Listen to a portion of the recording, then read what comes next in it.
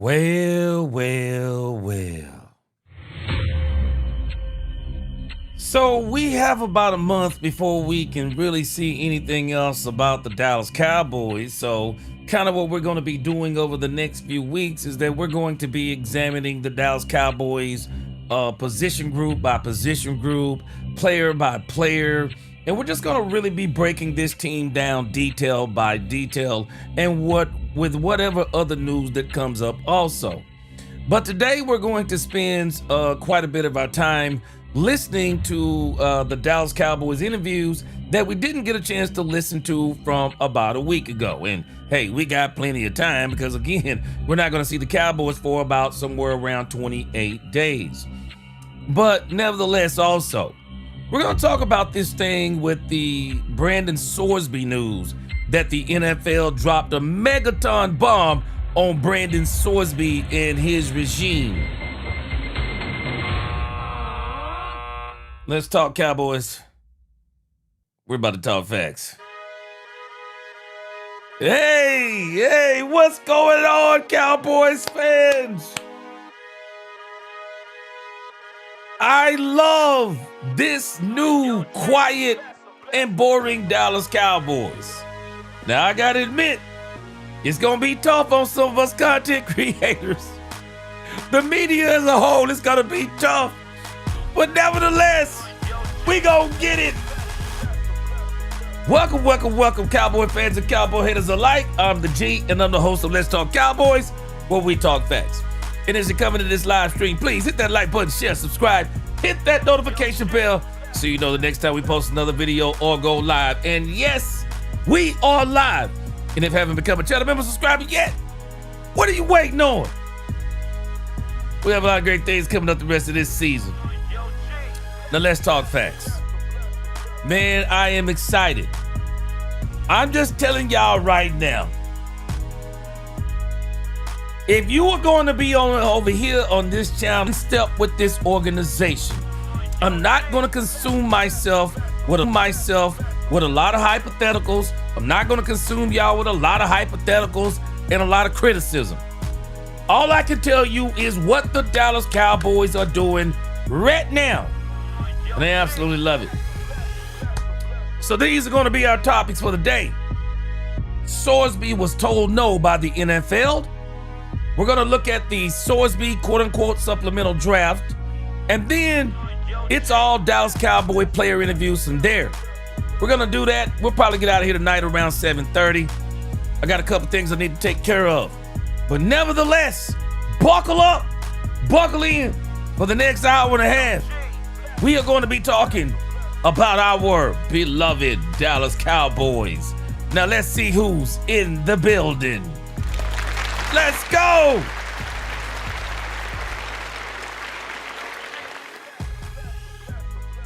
Renan Zanguini. What is going on, Renan Zanguini? Good to see you. Yes, sir. You was over on the other channel too. Appreciate you. All right, let me see something here. I got something set wrong here.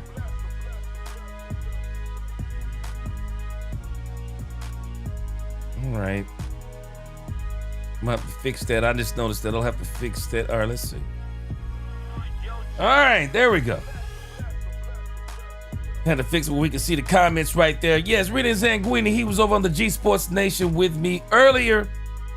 Had a very good conversation over there about this thing with Brandon Sorsby. We're not gonna talk as much about it over here today. But again, John Henry, what is going on? Frank Lawrence in the house as usual. What's going on, Frank Lawrence? Dominic Pittman in the crib as usual. What's going on? He said, I got to see this team play before I start making any predictions on how this season will play out. Well, you do know you can do both of those, right? I don't know why we don't feel like we can do both of those. Making predictions about the team, Dominic, don't mean that that's what the team is going to do. Making predictions about the team means if all things stays the same and everything goes well. I don't know why we think there's something wrong with making a prediction and saying at the same time we're going to see what the team's going to do. Because even if you make a prediction, you still have to see what the team is going to do. It's not going to jinx the team. It doesn't mean anything in the grand scheme of things. What's going on, Ruddy Dub? What's going on, Queen? Tommy, what's going on? Chef Pope. Gregory Hicks, what's going on? Big Mouse Dog. What's going on? Posey's in the building. What up, Posey? What is going on, Big Down? What up? Good to see you. Carl Williams, what up? Lynn from the 903. Mark Davis. What is going on, Mark Davis? How's everything in Fragrance Land? Good to see you, Mark Davis, man. I've been seeing you over there on the fragrances, man. Y'all got to check out Mark Davis's channel, man. If y'all appreciate fragrances, man, y'all go check it out. And even if you don't appreciate fragrances, man, you should go over there and subscribe to Mark Davis. Get him to 100 subscribers. Once you get to that 100 mark, things going to start to take off a little bit more.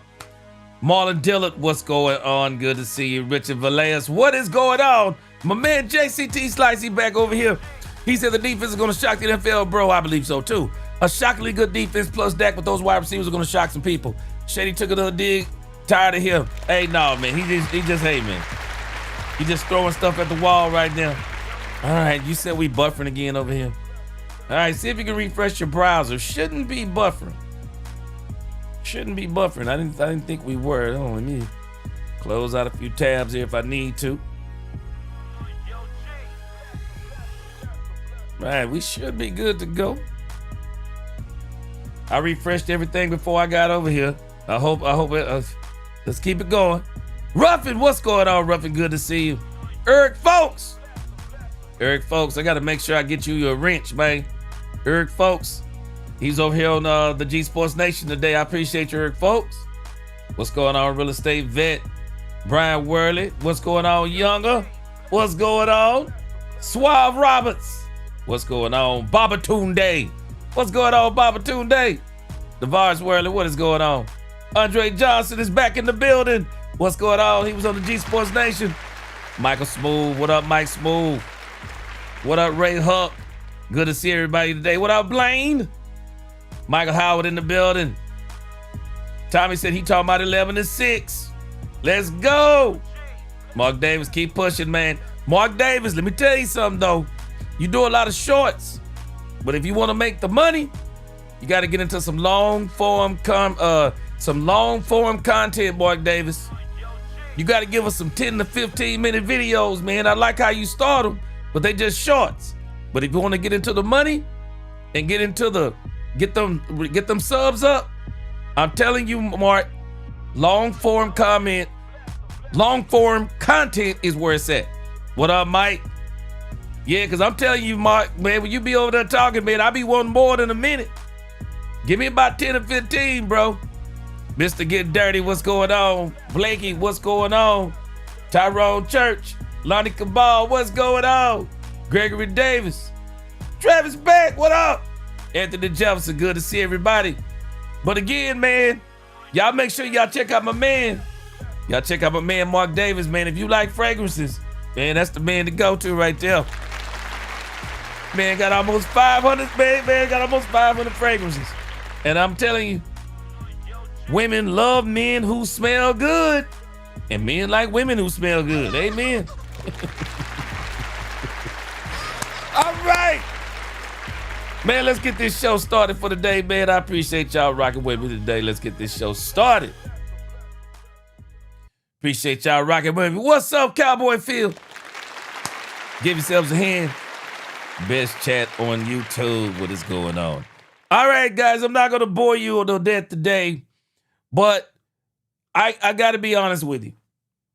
I am so happy today. The NFL told Brandon Sorsby no. The NFL told Brandon Sorsby no. And Brandon Sorsby has been tripping. Brandon Sorsby and his team, they have been doing everything that they could do. Even though this man has done some things that you should not be doing. You should not be betting on the sport that you're playing in, and you should not be betting on the team that you're playing for. And Brandon Sorsby has admitted to these things. And there are people out there, and in particular in Cleveland, because they wanted Sorsby to take the place of one Shedeur Sanders. And there were some people in Cowboys land. I'm not going to say their name. I'm pretty sure y'all have already seen some of these people. They were out here saying that the Cowboys should go after Brandon Sorsby. And I said it then, and I'm saying it again. Sickening that anybody would want the Dallas Cowboys with the culture that we're building. And with what we have going right now, would have wanted the Dallas Cowboys to enter into the supplemental draft and bring all of that nonsense that's with Brandon Sorsby to Dallas. Shame on those people. There's no way we should have been wanting Brandon Sorsby. I don't care what they're saying about his talent. I've seen many a quarterback they said had all this talent and get to the NFL and don't even have the talent that people say that they have. And for people to be mentioning Brandon Sorsby in the same conversation with people like Patrick Mahomes because they both were playing at Texas Tech, stop it. He does not have the talent of Patrick Mahomes. Stop it. And there was and he wasn't going to the Kansas City Chiefs. Let's not discount that part. And we got a lot of people, they were upset about this thing with Brandon Sorsby. And it is mind-blowing to me that people wanted the Cowboys to get Brandon Sorsby with the quiet and boring offseason that we're having. Do y'all realize the doo-doo storm? Do y'all realize the dookie storm we would have started with Brandon Sorsby? We would have started a storm that would have been unbelievable. That we got the unmitigated gall to have George Pickens playing on a franchise tag, granted for $27 million, that's not cheap money, but we want to see it one more year. But we would have been willing to give up, and people were advocating the Cowboys should give up a third-round pick? What? Give up a third-round pick for Sorsby? What would that have said about us?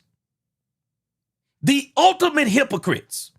That we would give up a third-round pick for Sorsby and bring him in because you know you're going to have him for multiple years because you know doggone well you're going to get him for years.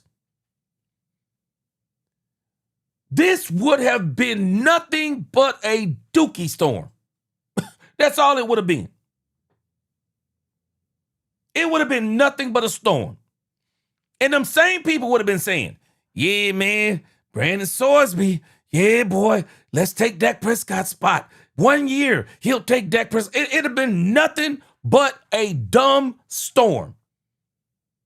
And I'd been saying this. I said the NFL should have stepped in. I'm glad they stepped in. They stepped in late, but better late than never. The NFL stepped in and they said, heck to the no. Let's listen to this report over here.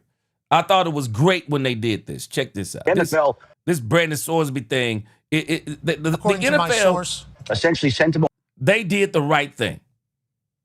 Let's check this out. The NFL essentially sent him a letter, and the NFL is declining to hold a supplemental draft. And honestly, something was amiss with this all along, because every time you spoke to people around the league about when the supplemental draft would be and whether or not there would be a supplemental draft, I always got pauses, and there were never clear-cut answers. And like, oh, the commissioner's got to decide to have it. I'm like, what is the issue? Well, the issue is that the league, despite any gambling partnerships, the league really does not want any part of gambling, no matter how serious it is or isn't. And anybody that has any role with that, anybody who has any accusations involved with gambling, even though the NCAA said that there were no integrity of the game violations, the league doesn't care. It's the league's supplemental draft, and the league does not want to create a supplemental draft this year for a player who has been accused of gambling. They don't have admitted to bet on games of a school that he was at, even if he was in his dorm room and the team was on the road at the time. And so, right, league wants anything to do with him would be in the 2027 NFL draft. Now, Maybe, I think it said, maybe. Now, it's comical to me. It's comical to me that people say that, even Adam Schefter saying that the NCAA didn't find any integrity issues. Yes, they did. If the NCAA didn't find integrity issues, he would be playing for Texas Tech. No, they found issues and admitted issues. This is one of the most fascinating stories I've heard in a long time. Nobody wants this young man to take responsibility for the part that he's played in the mess that he's in. This is an unadulterated mess. And people, okay, which one is it? Did he violate the rules or did he not violate the rules? Because if he didn't violate the rules, then college football overstepped the rules. And it's funny to me they had to get a judge to go around the NCAA. And then the Big 12 themselves said, well, we don't care what this judge did. We're going to say you're not playing in the Big 12. And they had other teams saying the same thing. They were not letting him play. And do you notice people keep trying to downplay this? Oh, yeah, he was doing it in his dorm room and they were on the road. I mean, you keep hearing all kinds of things. But when you go and look at the backstory, he didn't make a few bets. He made thousands of bets. I don't care what anyone says. I would never be able to sleep if I was the coach and Sorsby was on my team. I would always question every single play, every single overthrow, every single underthrow, every single interception, every single fumble, every single sack, every single mistake. I would go to sleep at night going, did he do that on purpose? I would never be able to sleep. I would never be able to sleep. And it is insane to me, the passes that when you hear people talk about Brandon Sorsby, the passes that you keep hearing people, you keep hearing people give him. It is insane when you listen to people talk about him. All you have to do is go read the facts of this case. Brandon Sorsby was doing some things he shouldn't have been doing. And I don't care how small it is. If you know the rule is you are not to bet on the sport that you're playing in, you are not to bet on the team that you're playing on. I don't care what your role is on that team. If that's what you're not supposed to do, then you don't do it. And nobody is to blame for this but Brandon Sorsby. There's a reason why the NCAA fought him. Big 12 fought him. Guess what? Now the NFL is fighting him. Why? Why are they fighting him? The NFL, they did the smart thing. The NFL basically said we didn't really have enough time to go in and really investigate what you did or didn't do. Even though the lawyer now for Sorsby is now playing in the court of public opinion against the NFL. He's saying, well, we provided them with all of the information that they needed. We gave them everything about Brandon Sorsby. But I'm going to let you hear Pat McAfee read the letter. And when Pat McAfee reads the letter, what they wrote in the letter is the megaton bomb that they dropped on one Brandon Sorsby. Okay, well, I think Brendan Sorsby is now going to challenge this legally. But what option is he going to have? They're not going to have the supplemental draft. It's going to come and go. The league's just going to kick the can down the road. And Brendan Sorsby is going to, I think, wind up spending this season maybe beyond this season, certainly out of football, watching and getting ready for what he hopes would be the 2027 NFL draft. See, his lawyer, he's going to have to really dig on this because the NFL really has them in a vice grip. You're not a part of the NFL. The NFLPA rules don't apply to you. The CBA don't apply to you. You're not even a member of the NFL. And as a matter of fact, I'm sure that they don't have to actually allow him into the NFL. This is one of the craziest stories. This is one of the craziest stories. And it's almost like NFL, they're pretending like this dude. People are acting like that the NFL owes him the right to be in the NFL. What? This Brandon Sorsby story is stupid and stinky. Could y'all imagine if he was with the Cowboys? Could y'all imagine if the Cowboys drafted him? And then, to add insult to injury, and then Jerry Jones would be trying to advocate for him playing in the league. This is crazy. This is crazy. There is no way in the fact that people are wanting the Cowboys to be a part of this madness. Heck to the no. Heck to the no. Dominique said, dude can kiss his NFL dreams goodbye. Better try the CFL. This is madness. Real estate vet, what's going on? Football fanatic, what's going on? Yeah, break the rules. There are consequences. Cause and effect. And it's crazy to me. Richard Valleas, I'm with you. I don't want them to ever draft him. It'll be nothing but noise if you do. Gregory Hicks said he tied to the NFL whooping post. Hey, the NFL is saying no. They're saying absolutely not on this. And I want you to hear the letter. This is the letter that they wrote to Sorsby and his representation. I think it's a powerful letter. Listen to this. Hold on, let me read a question. King Gresh said, gee, quick question. At some point, he just becomes a regular free agent, right? Asking because I'm not sure. I guess at some point he does. But I do think King Gresh, what the NFL is saying is that even if he becomes a free agent, yeah, they're still going to have to deal with the gambling issue. Listen to how they write this letter, King Gresh. The letter tells us a lot. What's going on, King Gresh? By the way, hope your day is going well. What's going on, Bama boy? Listen to Pat McAfee read this letter. It's a powerful letter the NFL wrote to him. This was the response that was sent to Brendan Sorsby from the league. Mm-hmm. Dear Mr. Sorsby, we are in receipt of your petition for special eligibility, dated June 16th, 2026. As announced earlier today, the league has elected not to conduct a supplemental draft this year. Under our collective bargaining agreement, the league retains sole discretion to determine whether it is appropriate to conduct a supplemental draft in any given year. Now, this is the part that a lot of people don't know about the supplemental draft. The supplemental draft, it's very interesting how the league conducts these supplemental drafts. It is at the league's discretion. And this was a very powerful issue that the league did. It was very smart.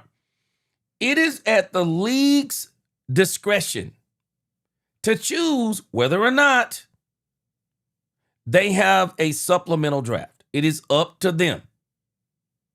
It is absolutely up to them. Players apply for the supplemental draft.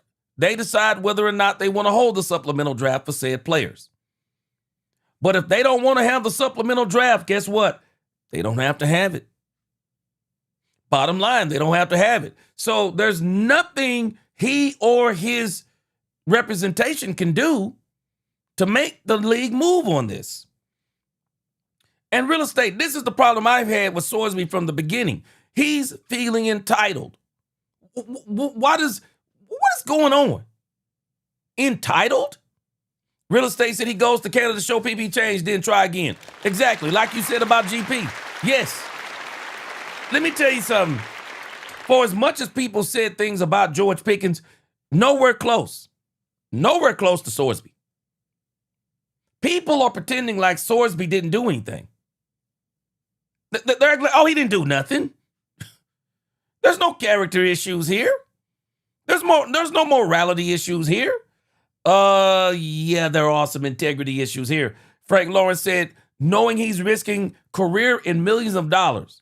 Sorsby admits, and you know it's more, to placing 9,000 bets. $90,000, that's a full-blown degenerate gambler, will always have an obsession to be in action.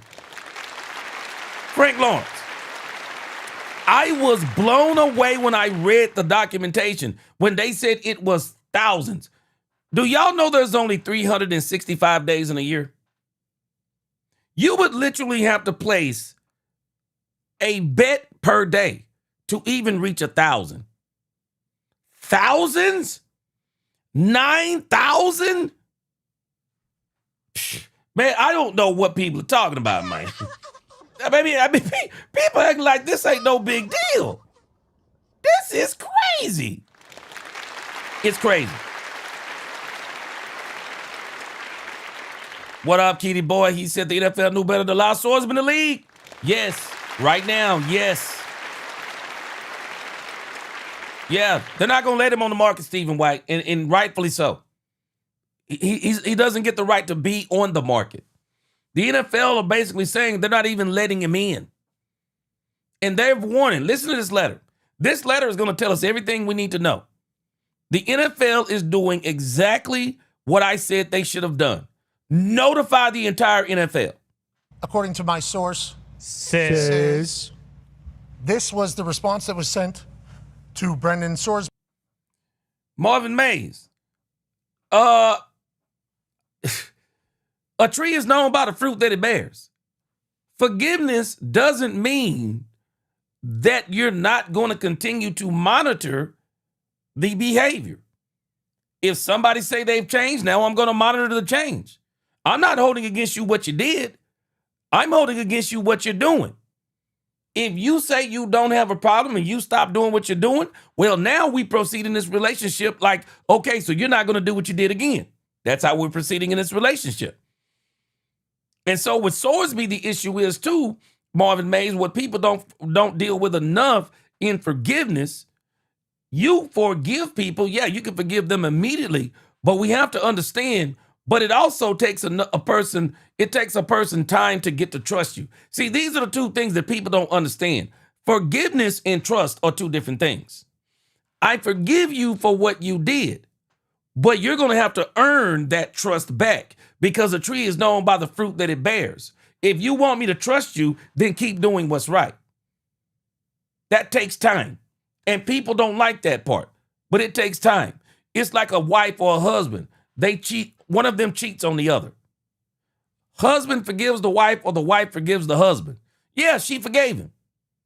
But the trust aspect of that relationship, it takes time to build trust back again. This is why I'm just telling anybody and everybody, if you're married, please don't ever cheat on your spouse. Don't ever cheat on your spouse. It is so hard to get trust back in situations. It is hard. A person can forgive you and stay with you. But whenever you don't come home on time, whenever your phone is dinging with text messages and things, they're always wondering, even if they don't say anything, they're always wondering. Because there's always a fear there. It takes time to build trust. And what has happened with Sorsby, nobody wants to give anybody the time to, okay, we've forgiven you, Sorsby, but now we need time for the trust. Nobody wants anybody to get the trust built back up. Check out what they're saying in this letter. From the league. Dear Mr. Sorsby, we are in receipt of your petition for special eligibility, dated June 16th, 2026. As announced earlier today, the league has elected not to conduct a supplemental draft this year. Under our collective bargaining agreement, the league retains sole discretion to determine whether it is appropriate to conduct a supplemental draft in any given year. The league has not conducted such a draft for several years, and prior to your submission, the league had no plans to do so this year, as no other player has sought entry. Your petition, filed 3 business days before. I love what the NFL is saying. We're not holding no supplemental draft for one player, bruh. And not just one player. We're not holding a supplemental draft for a questionable player. For the deadline, without any supporting information or documentation, and only after abandoning your recent litigation efforts to avoid NCAA sanctions, does not provide a basis for the league to alter those plans. This right here. So, Sorsby and his representation basically tried to put the NFL in a headlock by saying, okay, we're going to submit our papers for the supplemental draft 3 days before the deadline.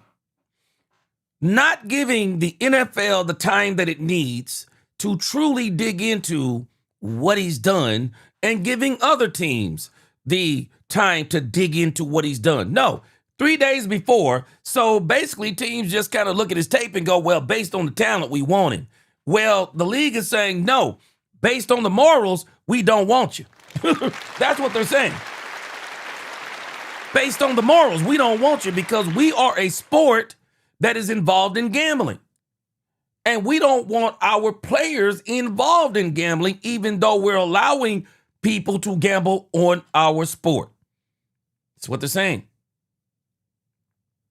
And even though his lawyer is saying, yeah, we submitted everything. Yeah, you want us to look at all of these documents in 3 days and make a decision. But I also love what else they're saying. And in everything that, whatever you've given us, you haven't given us anything to tell us why we should let you play. You haven't given us anything because we know what you did in college. You remember that movie? We Know What You Did Last Summer. Y'all remember that movie? Yeah, I know what you did last summer. Yeah, they know what you did. And we've been watching from a distance this play out with NCAA. We've watched it play out from a distance with the Big 12. And now you just want to throw everything on our desk and say, well, you take us. And let us continue to try and circumvent any kind of repercussions. This is what they're telling them in this letter, and it's powerful. The issues presented by your petition are too significant and too closely tied to the league's core integrity interests to permit meaningful review within the timeline presented. The sole reasons identified in your petition for seeking entry into the supplemental draft are that you have been declared ineligible by the NCAA, have exhausted all of your avenues to continue in the NCAA, and want to now play in the NFL. The petition provides no information regarding the basis for or timing of the NCAA's decision. Public sources, however, indicate that in May 2026, the NCAA issued a determination declaring you permanently ineligible from participation in college athletics. Watch this. Watch this part right here. Now, his lawyer was able to get an injunction and still allow him to play. But watch what the NFL is saying to Sorsby and his representation. College football is the portal to the NFL. The NCAA, college football, works closely with the NFL. It is the talent ground for the NFL. And I love what they're saying. We are not going to risk our relationship with the NCAA for you, Brandon Sorsby. That's what they're saying. Yeah, we're not going to do it. No, David Navarez, he betted on his team. The excuse they're making is that when he betted on his team, it was when he was on Indiana, for what my understanding is. He was on Indiana, and he was the 6th or 7th quarterback. So they're saying that when he betted on his team, they were on the road, and he wasn't even playing in the game. So, in other words, he should be allowed to bet on the team that he's playing on, even since he's not playing in the game. Make that make sense. I didn't know the addendum to the rules were, hey, you can't bet on the sport that you're playing in, and you can't bet on the team that you're playing on. You can do it as long as you're not playing in the game, or if you're the 5th or the 6th string quarterback. A lot of layers to this.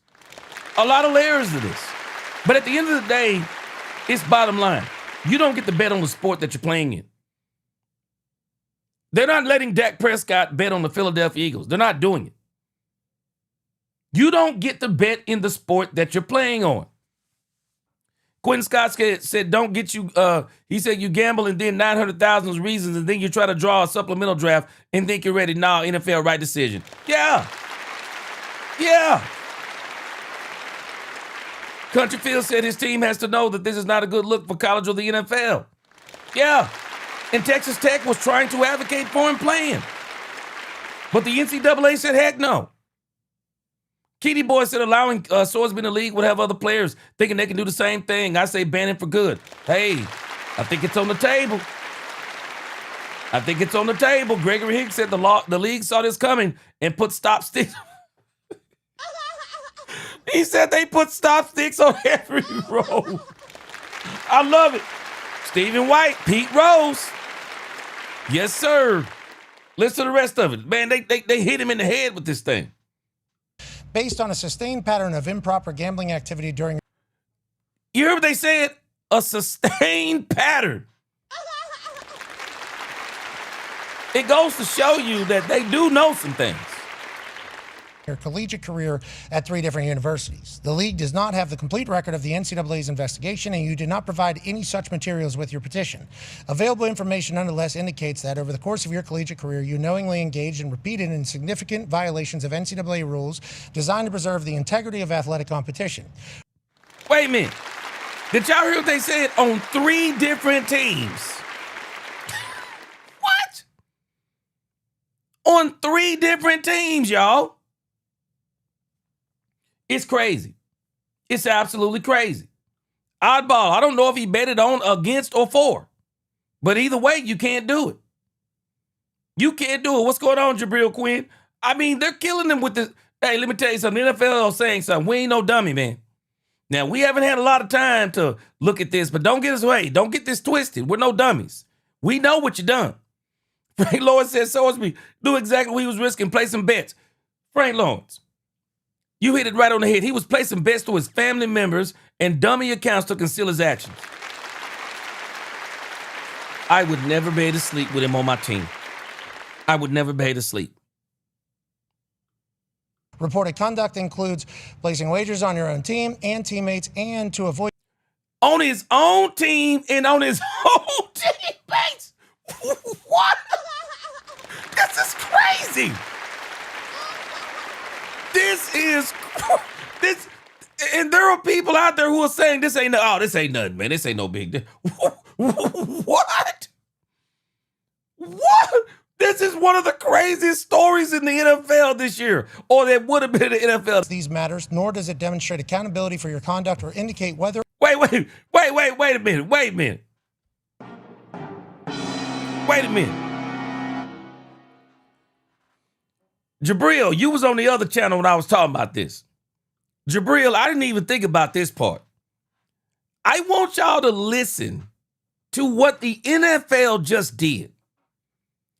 If you think about what the NFL just did, the NFL just kind of threw in their own little preemptive strike at Brandon Sorsby.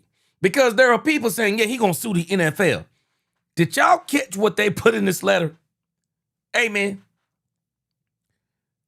Not only did you do this, and not only was this a problem for the NCAA, you may have committed a crime. Keep playing. Keep playing. Keep playing. Keep playing, bruh. Don't come over here with your dumb stuff. Don't come over here with that stuff. Because you may have committed crimes against the state. Y'all better understand something. and I know y'all understand this, man, the NFL got some power, man. Keep playing. They got some power. You push an issue like this, if the NFL want to, keep playing. They could push this issue to the point of saying you did commit a crime. The one thing that you don't want, and the NFL is saying these things, catch this part. Because who's to say that the Department of Justice don't step in? Who's to say they don't step in? Who say they don't step in on Brandon Sorsby eventually and say, bruh, this ain't just about football. You committed crimes against the state. Let me play that part again for you. These matters, nor does it demonstrate accountability for your conduct or indicate whether or how you would adhere to the league's rules and policies governing the integrity of for including accountability. By all accounts, you are a talented player with the potential for future success. We encourage you to focus on preparing for possible entry into the NFL through the 2027 NFL Annual Draft. Sincerely, Lawrence P. Farazani, Jr. Did y'all catch that last part? For possible entry. They have reserved the right. It depends on how much money you got. Shoot, you better have a lot of money. And let me tell you another thing, DeVar's Worley. You better be super talented. I mean, you better be otherworldly talented. Man, let me tell you something. The NFL is saying something. Hey, man. Hey, don't come over here with that mess. They're saying something. Don't come over here with that mess. No. Don't come over here. Darren Posey said Buddy going to be banned from all the FL. Bruh. Man, I wouldn't be surprised if he tried to go to the Canadian Football League. They said the same thing. I wouldn't be surprised if he went to the USFL. Man, I don't even know at this point if he can go to the Arena League, bro. I don't even know if he can go to the Arena League. Frank Lawrence said Pete Rose, the manager in a position. Pete Rose, put the manager in a position to influence the outcome. Bet on the Reds to win only. Did he put the closer in the game in the 8th inning to win the bets? Hey, and a lot of people are saying that Pete Rose should be reinstated. 72 Chevelle said the NCAA made it legal to pay players. So what do you think these dummies are going to do? But 72 Chevelle.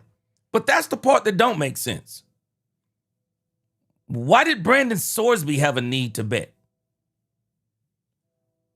Brandon Sorsby was making NIL money. He was making NIL money. What was his reason to be betting? It's not like he come from a poor neighborhood. As far as I know, Sorsby was making NIL money. And what makes this even more scary, that if Sorsby was making NIL money and still betting, what do you think he's going to do in the NFL?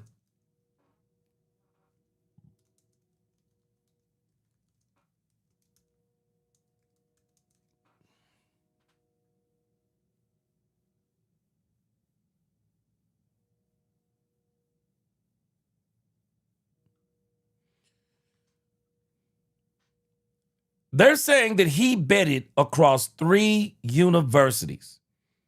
So this wasn't just an isolated issue. And Texas Tech was paying him some serious money. They're saying that he signed a $5 to $6 million deal with Texas Tech. The NFL is smart. They said they don't want no part of this. What's going on, Roman Baird? He said the great thing is Sorsby wasted half of those bets just on the bratwurst of the Brewers' 6th inning sausage race. I mean, what a dope. You never bet against the power. See, to whom much is given, much is expected. And I said this earlier today. Oh, see, Matt, you asked what I was drinking. Because I do these live streams and I do so many of them, that is a special tea that I was drinking. I'm sorry. It's supposed to be really good for your voice. Yeah, it's supposed to be really good for your voice.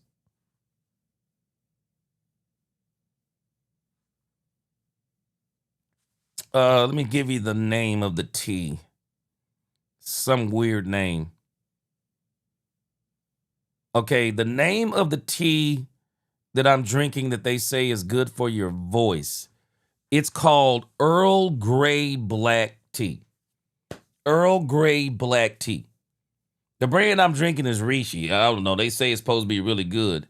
But I can tell you that has helped me out a lot. Yeah, it's called Earl Grey Black Tea. That's what I'm drinking over there. And in case, some of y'all, if you do things where you have to talk and stuff like that, if you really want to help out your voice, yeah, it's called Earl Grey Black Tea. They say this stuff is supposed to be really, really good. They say it's supposed to be really, really good. And then there's this other thing. I haven't got the third thing that they say you need to use, but I'll be getting that probably this week. The other thing that I've been taking is supposed to be really good for your throat. I'm gonna take some as soon as I get off of here. I don't know if y'all ever heard of these doggone cough drops. They are called Fisherman's Friend cough drops. Man, let me tell you something. Man, these are some different type of cough drops right here. You take these cough drops, I mean, man, I'm talking about nasal passages immediately just, man. But that's what I was drinking. See, Matt, you asked me what I was drinking. It's that Rishi. It's that Earl Black Tea. Posey, stop it.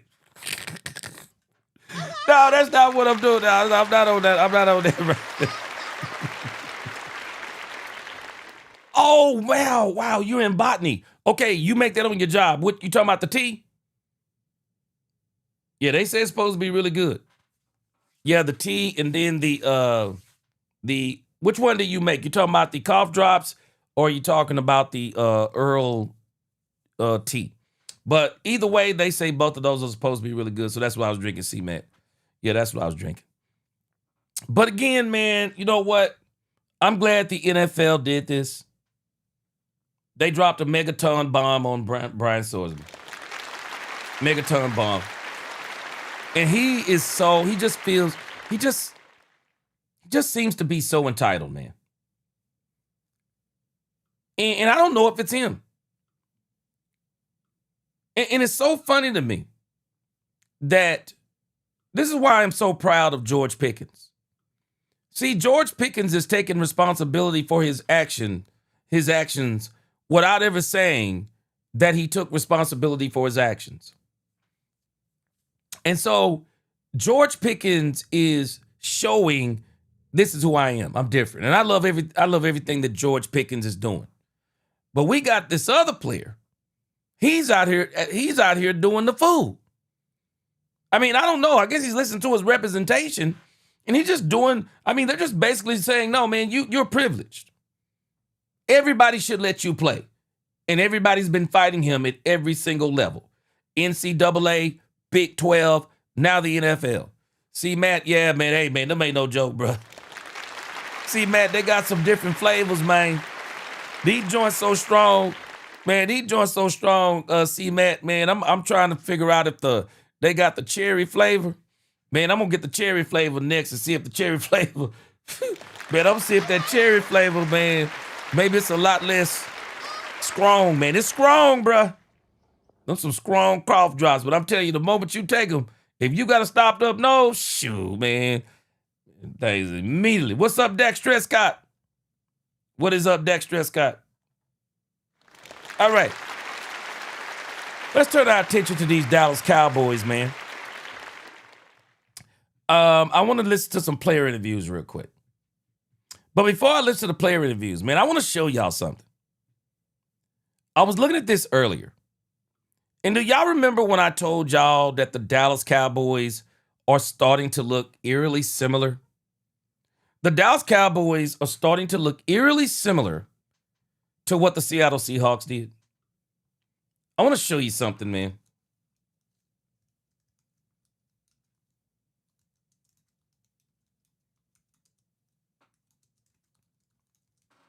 Let me show you what the Seattle Seahawks did. And when you look at some of the things that they did, what the Cowboys have done, it looks eerily similar. So when we think about what the Seattle Seahawks did, they brought in a new coaching regime. And it's similar to, if you ask me, how Brian Schottenheimer took over the Cowboys. Brian Schottenheimer took over. Not only was he battling Matt Eberflus, he was also battling the Mike McCarthy regime. Some of this attitude and this mentality with the Cowboys, some of it's Mike McCarthy too. Darren said, gee, you that dude in Dallas would be bigger than Jesus returning. He said, we don't need that in Pickens' contract in the news. No, it'd be crazy. Darren Posey, it would be crazy if he came to Dallas.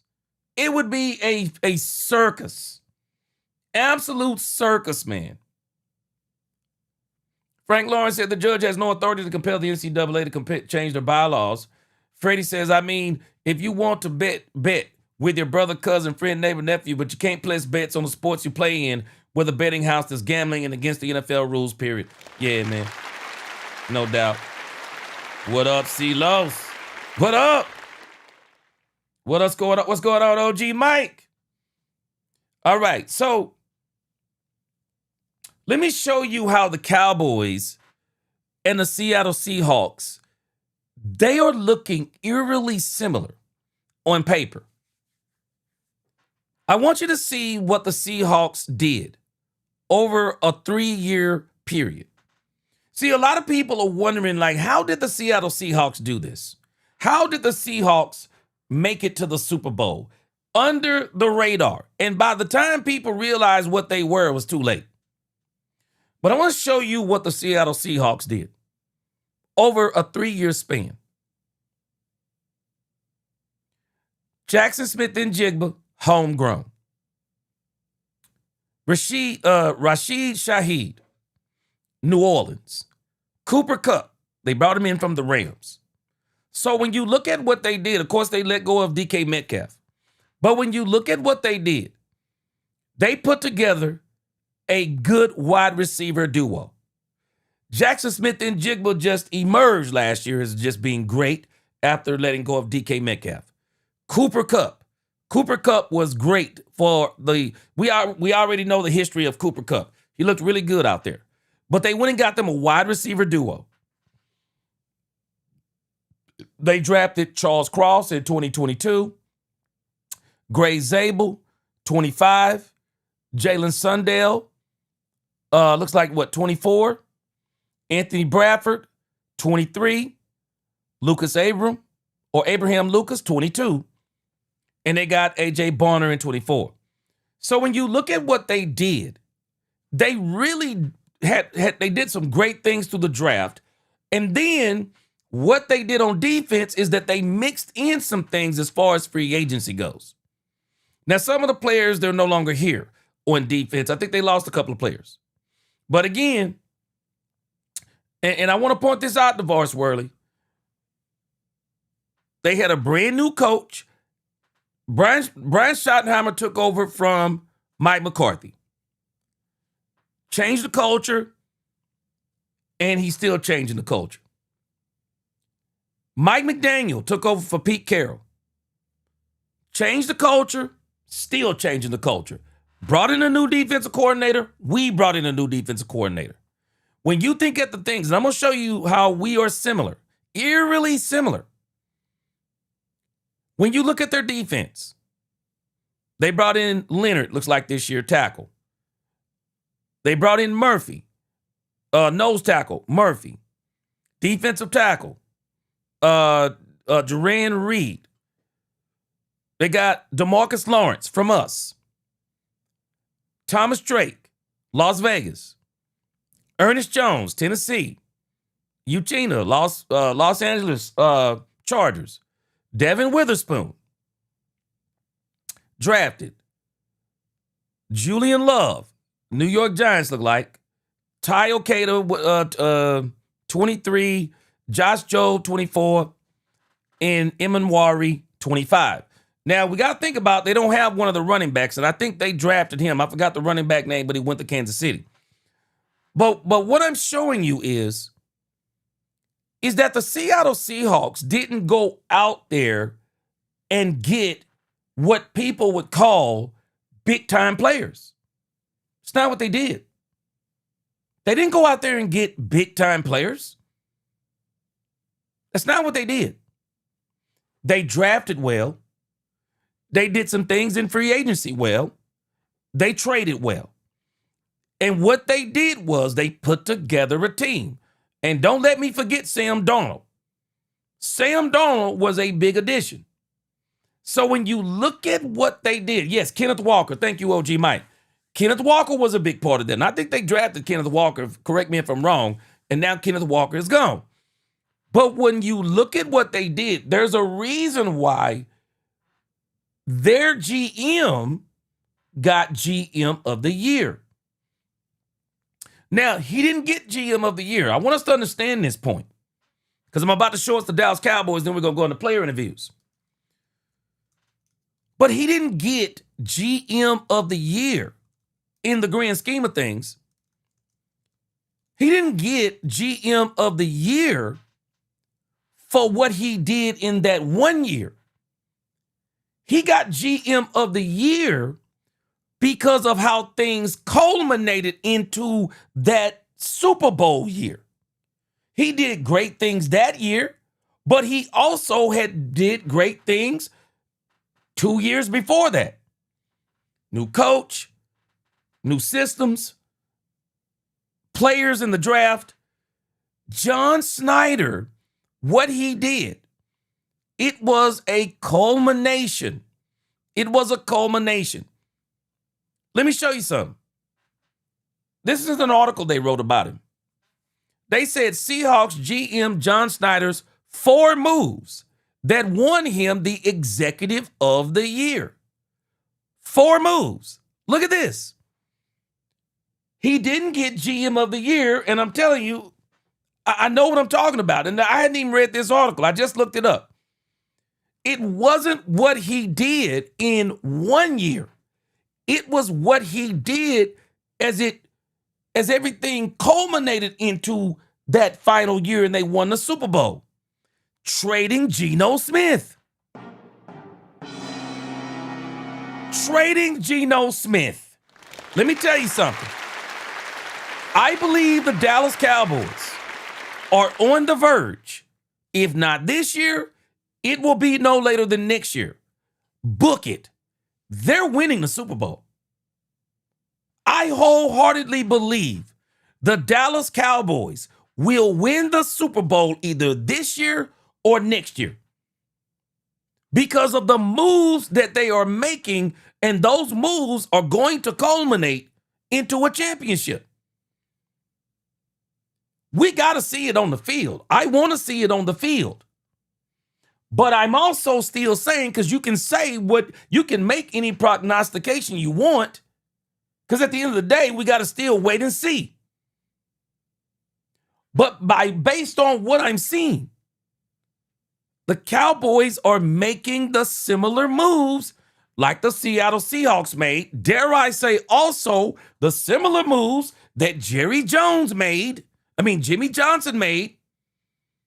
from 89 to 92. Jimmy was making moves, and those moves culminated into a Super Bowl. 2 things can be true, OG Mike. You can make a prognostication and still wait to see it on the field.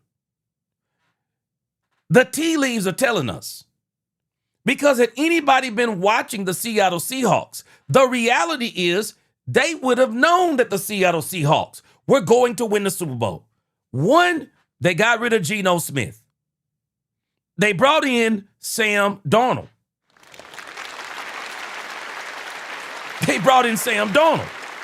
And I'm going to tell y'all something.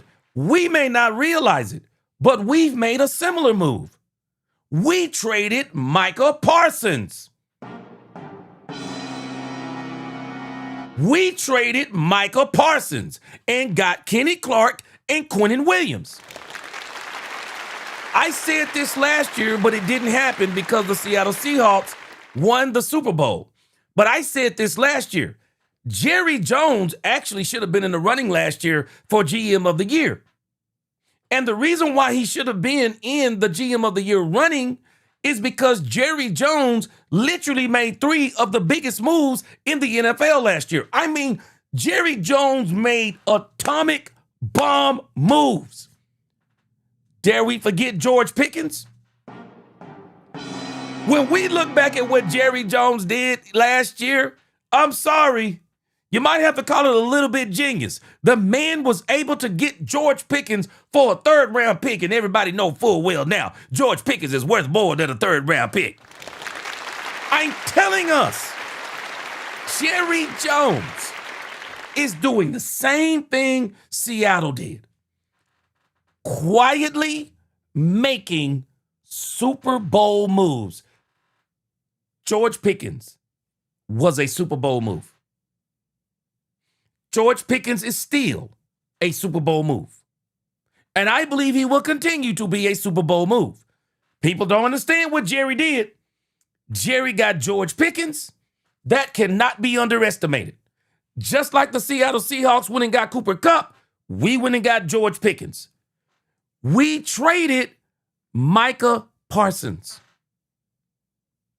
Do we realize that Geno Smith was balling the previous year with Pete Carroll? Geno, they wrote me off, but I didn't write back. Geno Smith was balling. They did something else. Look at this. To bolster their offensive line, they drafted Gray Zabel. Guess who the Cowboys drafted last year? His name is Ty Booker, and he's an absolute monster. We are looking, and people don't understand. We have been making similar moves. The Dallas Cowboys have been drafting well, and even with Mike McCarthy, they drafted some good pieces, but they drafted extremely well this year. Re-signing Ernest Jones IV, fortifying the defense.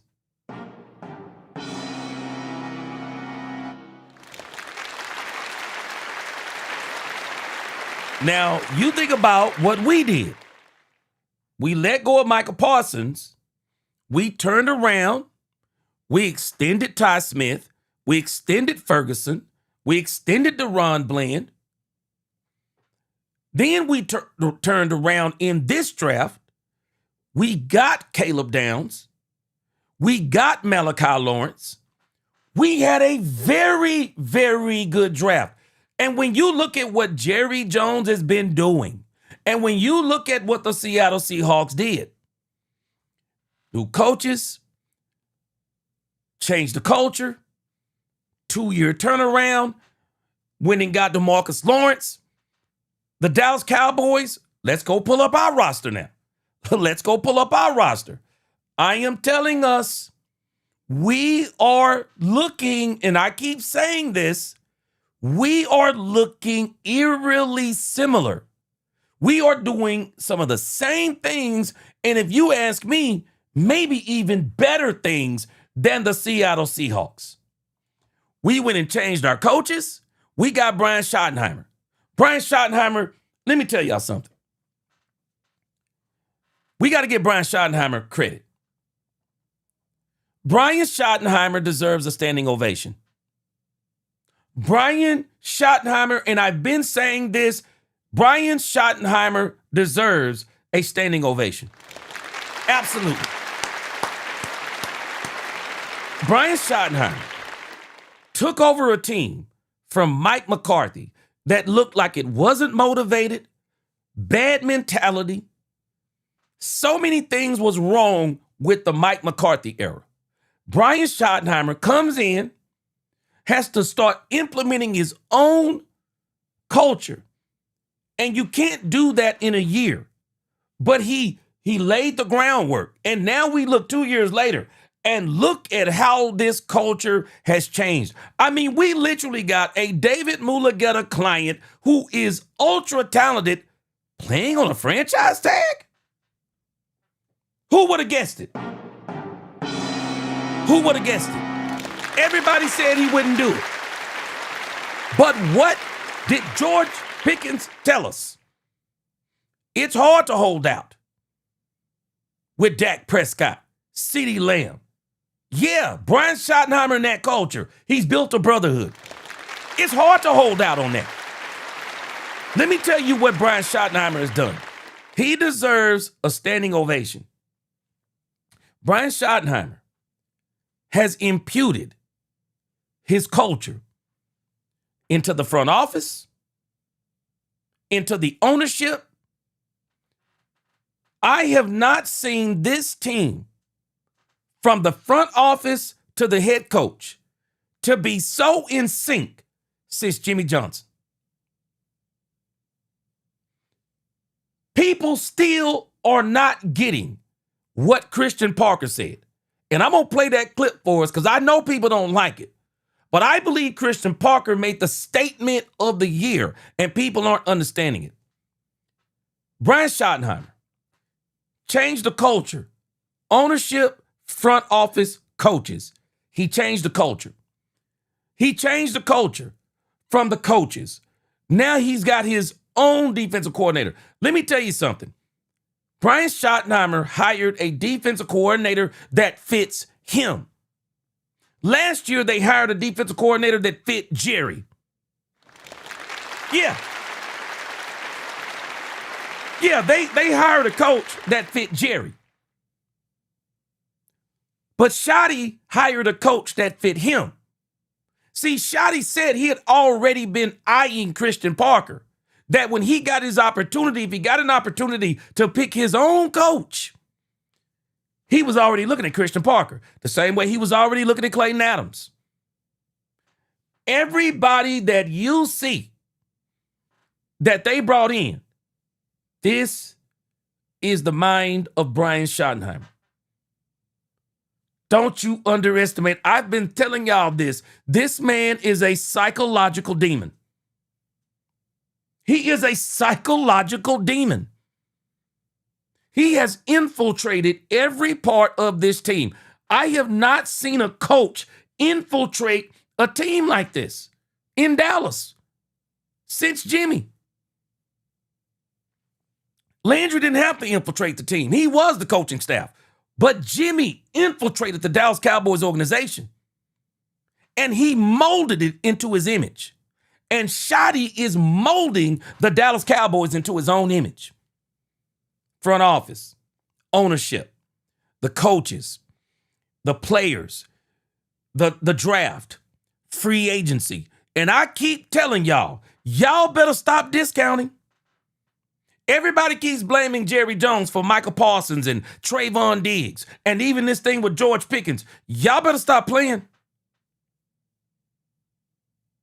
If y'all don't think, if y'all have not seen enough of Brian Schottenheimer yet, if you don't know Brian Schottenheimer by now, I don't think you're going to know him. I believe Schotty told Jerry, enough's enough. Michael Parsons got to go. I believe he told Jerry he got to go. Trayvon Diggs, Schotty said he got to go. Schotty has infiltrated the thinking of this entire team. He deserves a standing ovation.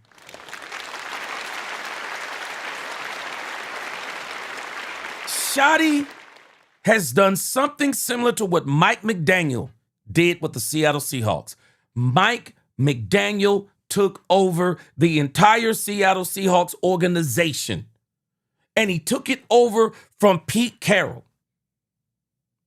And they reinvigorated through the coaching, through the system.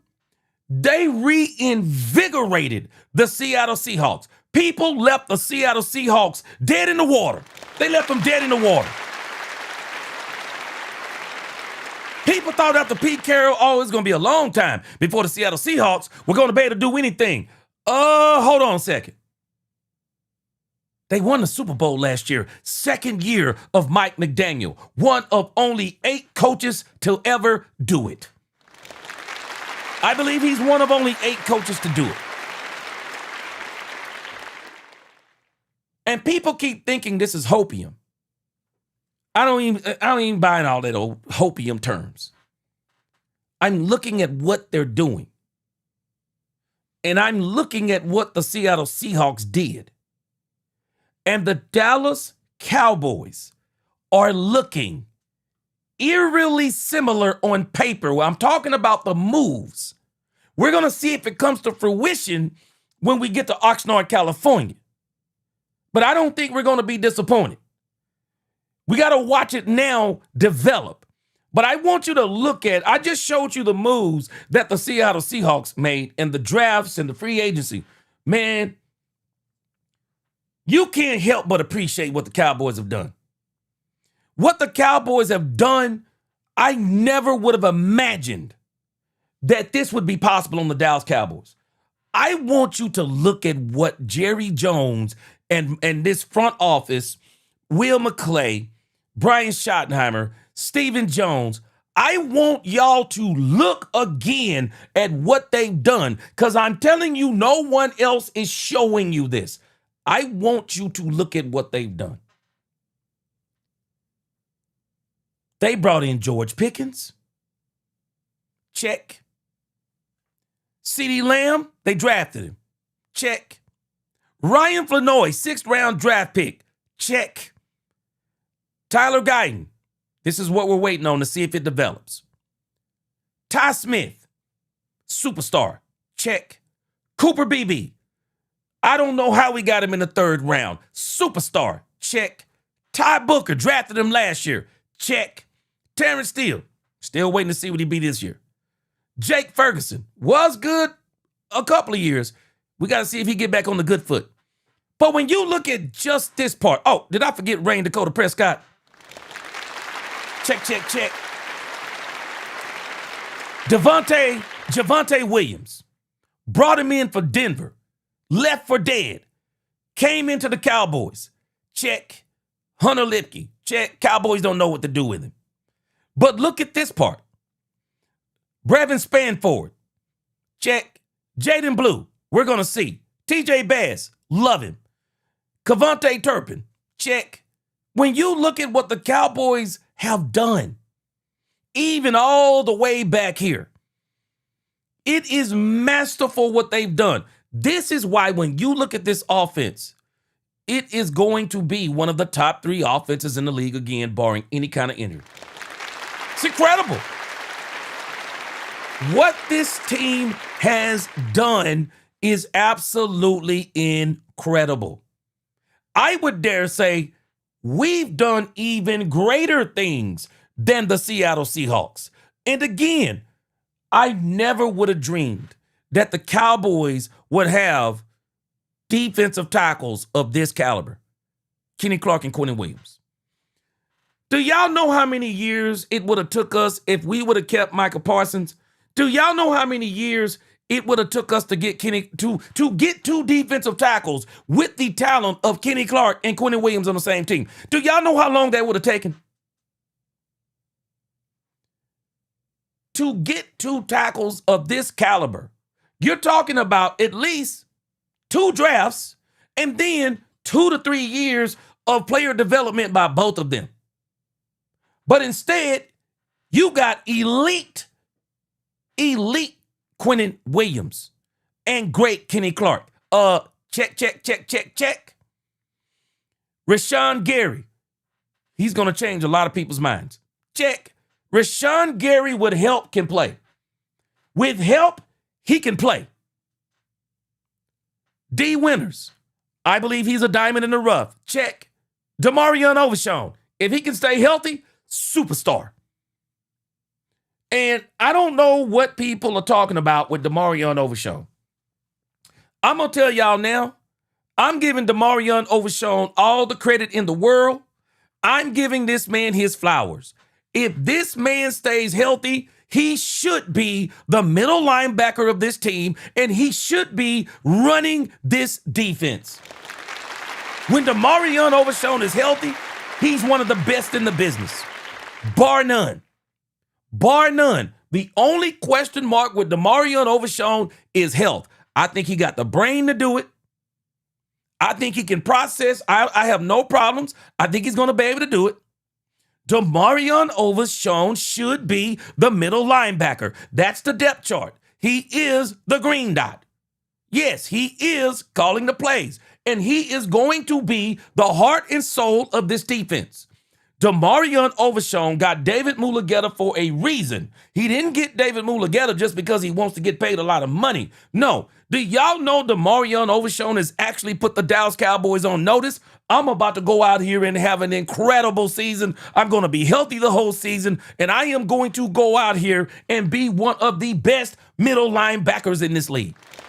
Yes. He's an absolute superstar if he stays healthy. Donovan Ezeraku, I believe he was one of the great draft picks of last year, and I believe he will get better. Deron Bland, we're going to see if he traded them Stacey Adam cleats and put on some real cleats this year. But I'm not worried because the Cowboys went and got Devin Moore. Check, check, check, check, check. And this right here, I still say, is my favorite free agent pickup of this entire season for the Cowboys. Jalen Thompson. Jalen Thompson, you watch what I tell you. This dude is going to ball out. Jalen Thompson is going to ball out for the Cowboys. We got P.J. Locke. Don't sleep on him. He's getting on the field. We'll see if Malik Hooker gets rejuvenated. Kobe Durant. I think people are sleeping on Kobe Durant. Absolute incredible player. Playmaker. Incredible player. We got Caleb Downs. Checkmate. Check and mate. And look at what we got waiting back here. LT Overton will be on the field for the Cowboys this year. Jay Toya, I still want to see. Jonathan Bullard will be on the field for the Cowboys this year. Malachi Lawrence, book it. He will be on the field this year getting sacks. Jayshawn Barham will be on the field this year for the Dallas Cowboys. Shamar James, we will see if he continues to develop. But he played a lot for the Cowboys last year, and he played pretty good. James Houston, underestimated. James Houston is back where he wanted to be based on what we listened to yesterday. James Houston is going to be incredible. Man, I love this pickup of Devin Moore out of Florida.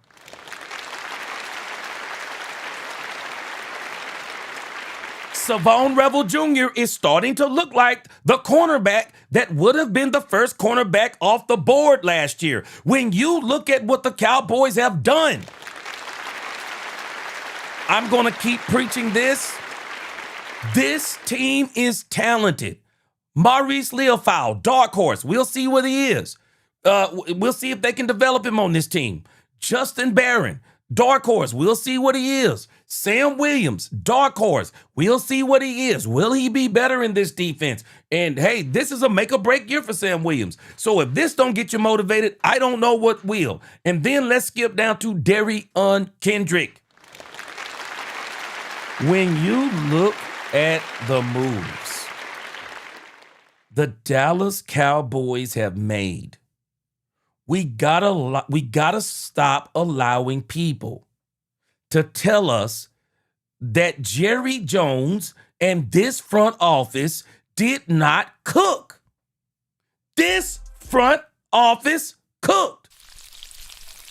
They cooked. Let him cook. I'm telling us they cooked. And I think they're still cooking.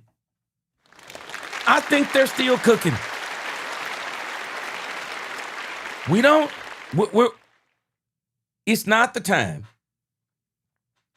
It's not the time because a lot of people are impatient.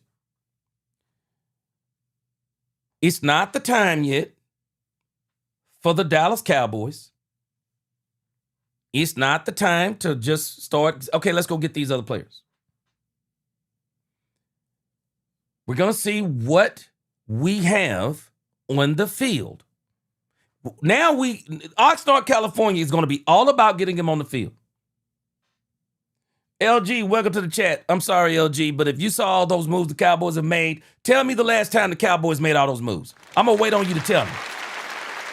I'm going to wait on you to tell me when is the last time the Cowboys made those kind of quality moves in the same year. I'm going to wait on you because, and I'm not going to hold my breath while I wait.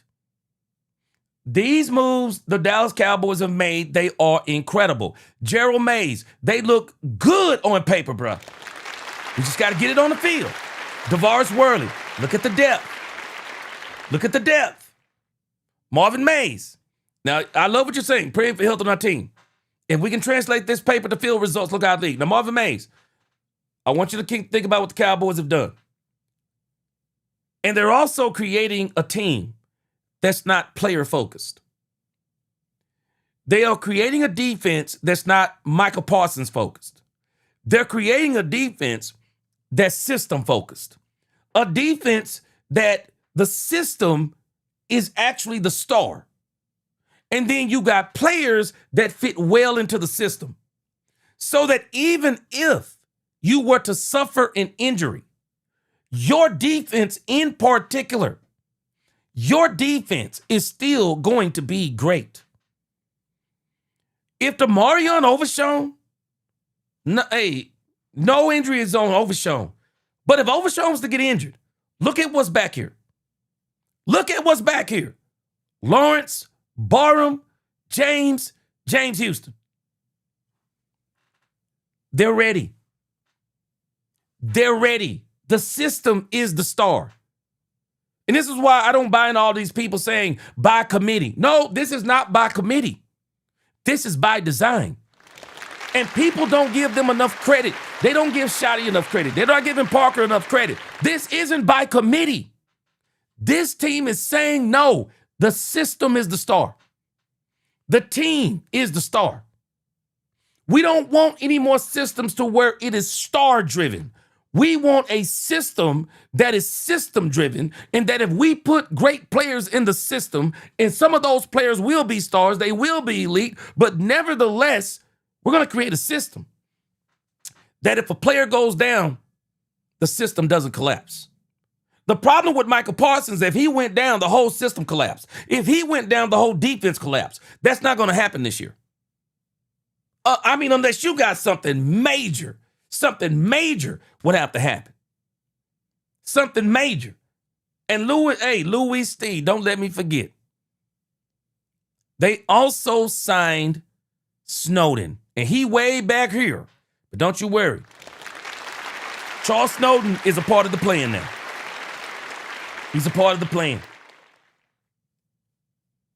We have not made this many moves. We have not made this many moves.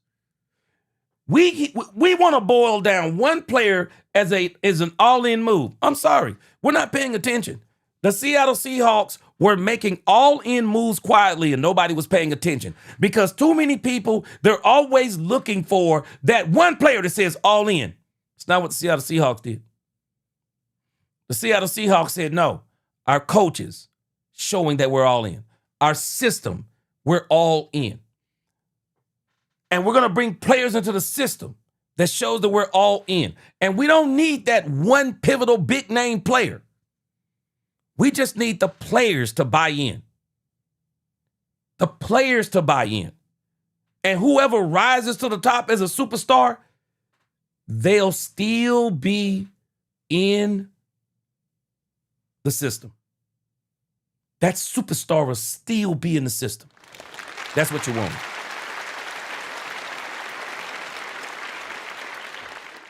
Man, I'm just telling us, people are not giving the Cowboys enough credit. They cooked, man. They absolutely cooked. When you look at this defensive staff, let's look at their offense and defense. Brian Schottenheimer, standing ovation. People can hate me if they want to. Jerry Jones, standing ovation. Thank you, Jerry Jones, for being quieter. Thank you, Jerry Jones, for being upfront with being upfront with George Pickens and also keeping a relationship with George Pickens. Thank you, Jerry Jones. Thank you, Jerry Jones, for not being out in the press, causing all kinds of stink. Thank you, Jerry Jones, for allowing Brian Schottenheimer to bring in the coaches that he wants. Thank you for stepping out of the way and being a GM, listening to what Schotty is saying, buying in, and getting him what he wants. Clayton Adams, let me tell you something. And people are downplaying Connor Riley. Connor Riley and Clayton Adams together have been incredible. Man, Connor Riley, go look at some of the blocking schemes the Cowboys have put together with Clayton Adams and Connor Riley. Man, they've been incredible.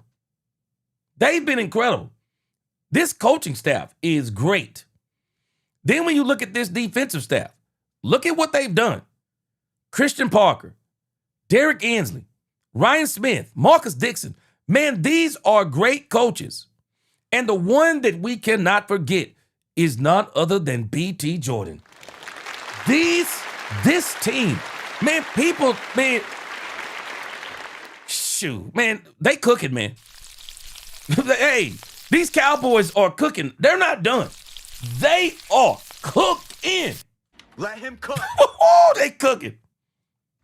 I'm not listening. I'm sorry. I just can't. I'm telling you, man, I'm shielding myself from all naysayers and negative commentary about the Cowboys. They are cooking. They are cooking. And I absolutely love what they are cooking. I can smell what they're cooking. It smells like Super Bowl to me. It smells like playoffs and Super Bowl to me. I love what they are cooking. They are doing it the right way. Marvin May said they're giving us credit on the D line, but not publicly. They see that we're moving differently and they are scared. And Marvin Mays, a lot of people on the outside are saying this too. Douglas Harrison, what is going on? He said Jerry Jones will be quiet until training camp starts. Then the 3 or 4 letter networks will try to create drama again. Douglas Harrison, I'm going to tell you something. I think the Cowboys may do something a little different this year. And I think training camp may be exactly, I think the voluntary workouts may be a foreshadow of what they do in training camp. I believe, and I said this before, I thought last year they allowed the public into training camp too much. As much as I love the content, I really hope the Cowboys relegate training camp to maybe only 2 days a week as far as the cameras in. This team needs to continue to focus, man. I think they focus better when the cameras are not on there. I think they focus better. And I'm praying that Jerry Jones, the same thing they did in training camp, I hope they do this in Oxnard. I don't want to see 4 and 5 days of training camp. I don't want to see it. Give me about 2 days a week, I'll be fine. 2 days a week. Let this team get their installs. Let them get their system installed without the cameras on them. Let them do it without it being Hollywood. Let this team continue to focus. Let them continue to focus. I'm praying he does that this year. Let this team focus. I want to see less. Brian Schottenheimer last year was like every day he was at the podium. I don't want to see Schotty at the podium every day this year at Oxnard, California. Man, give us 2 days a week, bro. You can give us the first day of it and the last day of it that week. But we don't need to see Schotty. This year, we don't need to see Schotty. Man, last year, first year coach, I understand. Man, we don't need to see Schotty every single day. We don't need cameras in the face of these players every single day. We don't need them asking all these dumb questions about how do you think George gonna feel. We don't need all that. Man, let this team continue to focus. Gwen said the Cowboys will cook a lot this 2026 season. Will serve a lot of teams their dinner. Yes. Hail Mary said all ball, JC, absolutely. All these low IQ football knowledge people always complaining about low-hanging fruit. Can't see the forest for the trees. Yeah. You won't get that from me this year. You're not going to get that from me. I ain't got time for all the created drama by people. I mean, it's just nauseating to me. Team absolutely cooking. And I'm telling y'all right now, I trust this team. I trust what this coaching staff is doing. Schotty, this coaching staff, Jerry Jones, this front office, they're all in sync. I trust them. They know what they need. If they feel they need a running back, they're going to bring in a running back. If they feel they need a linebacker, they're going to bring in that linebacker. Edge rusher, they're going to bring in that edge rusher. Whatever it is they need, they are going to do it. Schotty isn't dumb. Can we finally give this man credit? He's not dumb. The Cowboys are letting him cook. They're letting him cook. I believe they're letting him, Will McClay. Schotty is leaning on Will McClay in that scouting department. Schotty isn't just coming out of the clear blue sky with this stuff. They're all in sync in what they're doing.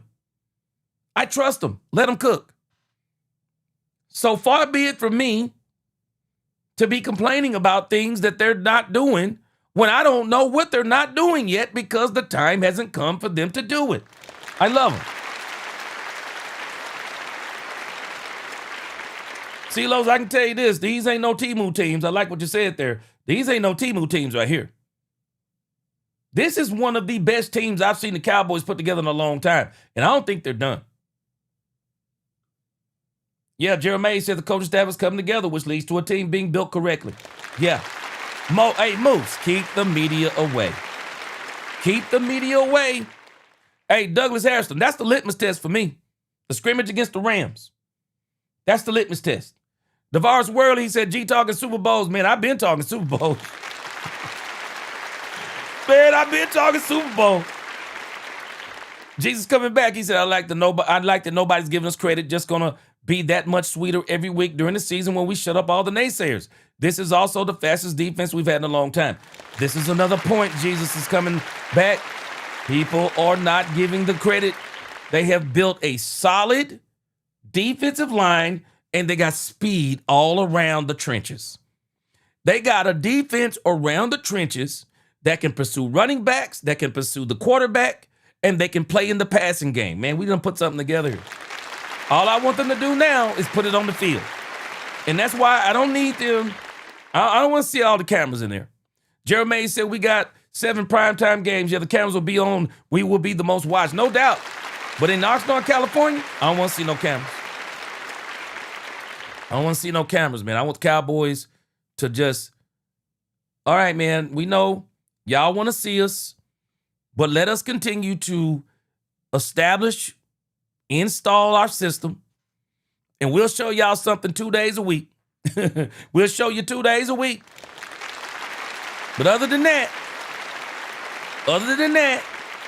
we ain't showing you a whole lot. We gotta let this cook out of the public's eye. I'm telling you, man, I think they'll do a whole lot better not being in the eye of the public all the time. I think this is going to be one of the best things for the Dallas Cowboys because it has helped them tremendously, I believe. And I believe when we see them in Oxnard, California, they are going to be super duper sharp. All right, man, without further ado, let's listen to a couple of these players. Man. I love what the Dallas Cowboys are doing. Not what they've done. They're still cooking. What they are doing. I trust this coaching staff. I trust what the front office is doing. I want to let you hear something real quick as we get into the player interviews. Calvin Watkins. I want you to hear this powerful statement, and nobody is talking about it, but I'm going to talk about it. I'm going to talk about it.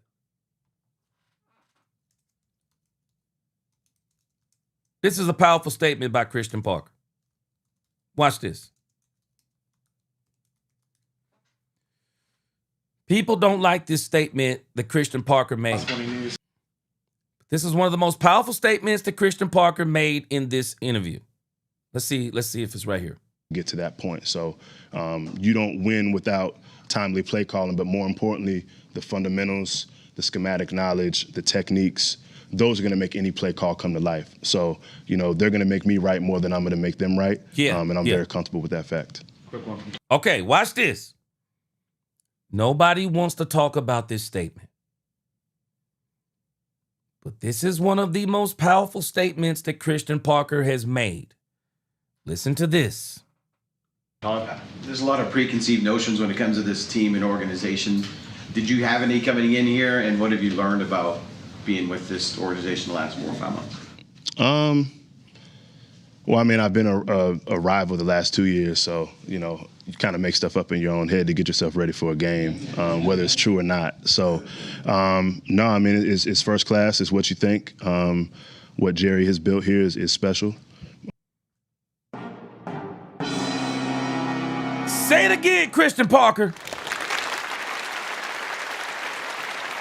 He said what Jerry Jones has built here is special.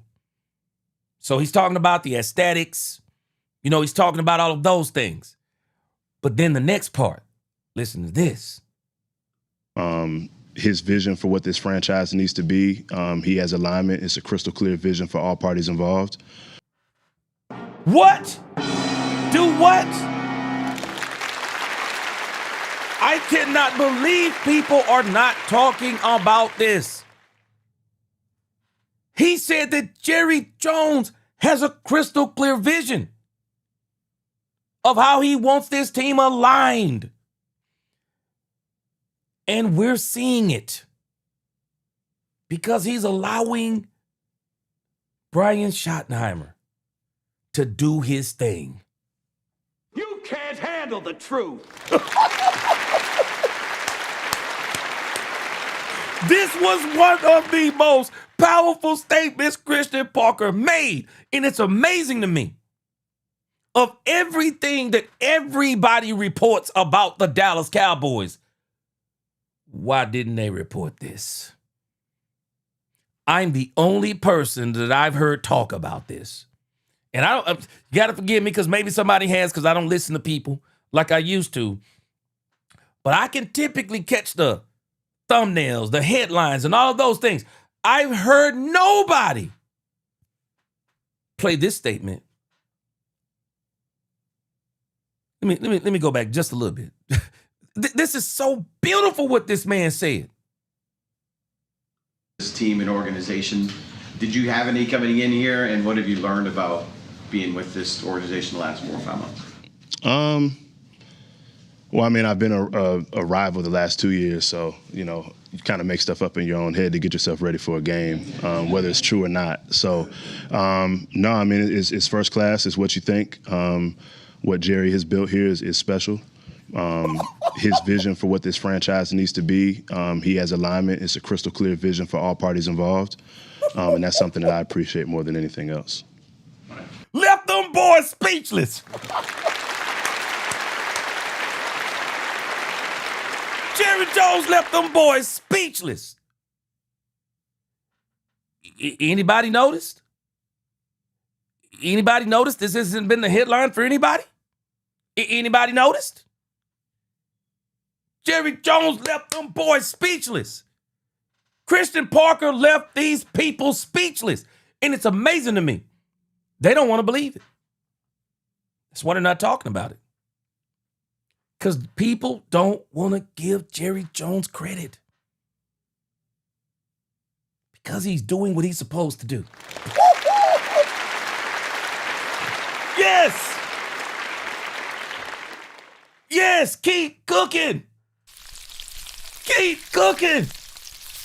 Let him cook. Let him cook. Christian Parker said that Jerry Jones has a crystal clear vision. Tell you, I'm just telling you, I can just tell you what he's told him. Simple to me. Bring me a Super Bowl.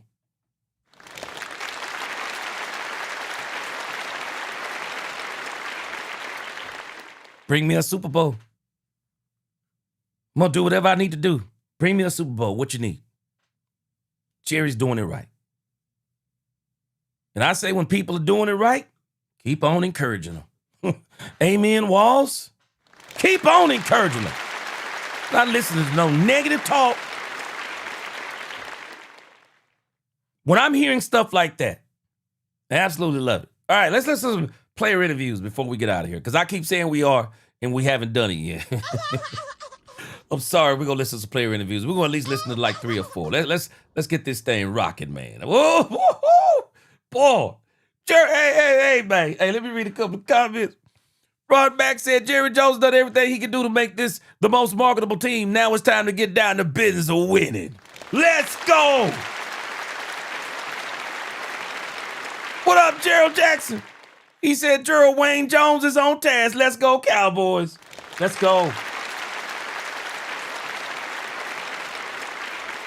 Douglas Harrison said, Jerry Jones has always been my guy for real. People been hating on Jerry since he bought the team and fired Landry before Jimmy. Yeah.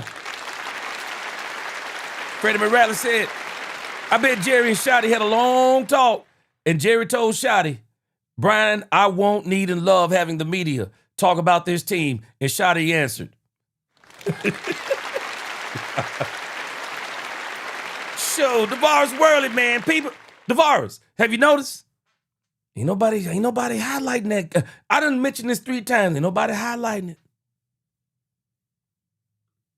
Tyrone, you better call Tyrone. He said Jerry finally realized the media made him out to be a running joke. He's about to remind people who he is. Yeah. See, Los, you don't have to believe per se, but if you all in on Christian Parker, then you do believe in Jerry Jones to a degree, because Jerry is the one who brought in Christian Parker. He allowed Brian Schottenheimer to do it. Yeah. And I'm giving him credit for that. Because Jerry's already said he's the final say-so on everything. And he said yes to Christian Parker. And it's obvious they sat down and listened to Christian Parker, and he sold Jerry Jones. He sold him. And I absolutely love it. Together, you can become greatness. I'm going to give him credit. All right. So let's get to these player interviews. First player we're going to listen to is none other than the anchor of our defense.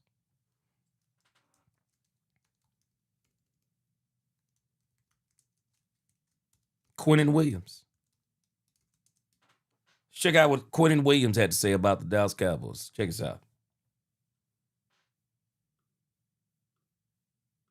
Parker, as both you guys are new this particular year.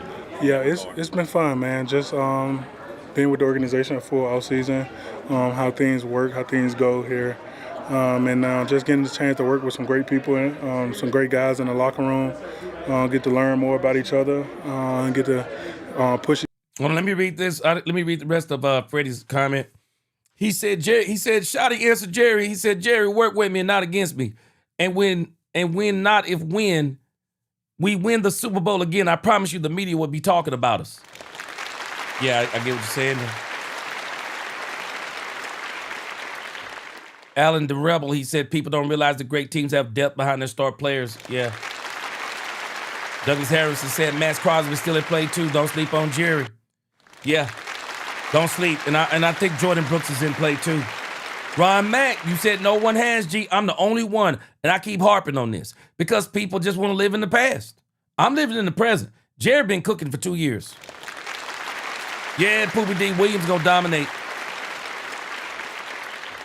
Quinnen Williams is another, man, an incredible play by Jerry Jones. An incredible play by Jerry Jones, and people not giving him enough credit for it. Each other, hold each other accountable, and just grow and learn as a player myself. And Christian Parker, man, it's just amazing to be around a guy who's won at a high level everywhere he's been, who's been around for a little minute on some great defenses, up under some great people, and just getting to learn from him and his philosophy on his own. So, how does this defense fit you? Can you repeat that question again? Why does this defense fit you and your skills? Why do it fit me? Yeah. I think the skill set that I have, I kind of fit any defense. I think having the coaching staff that we have, Christian Parker and MD, they. Now, y'all might not remember this, But Christian Parker said the great players, they play in any system. Yeah, Quinnen Williams is one of them. Yeah, he's one of them. He fits any system. They experience level, and the guys that they coach, MD coach Aaron Donald, and Christian Parker coach Jalen Carter, and the guys at Denver, and Jordan Davis, and just learning from those guys and see how can I fit myself in their scheme and their mindset the way I fit. And just continue to grow, continue to learn from their experience, the things they taught those great D tackles in this scheme, and just continue to grow as a player. So Christian's got a defensive background. That's where he started his coaching. Yeah, how has he been able to help you as a defensive lineman? Just from the defensive scheme and the defensive mindset, he's extremely smart when it comes down to the defense and how he see the game.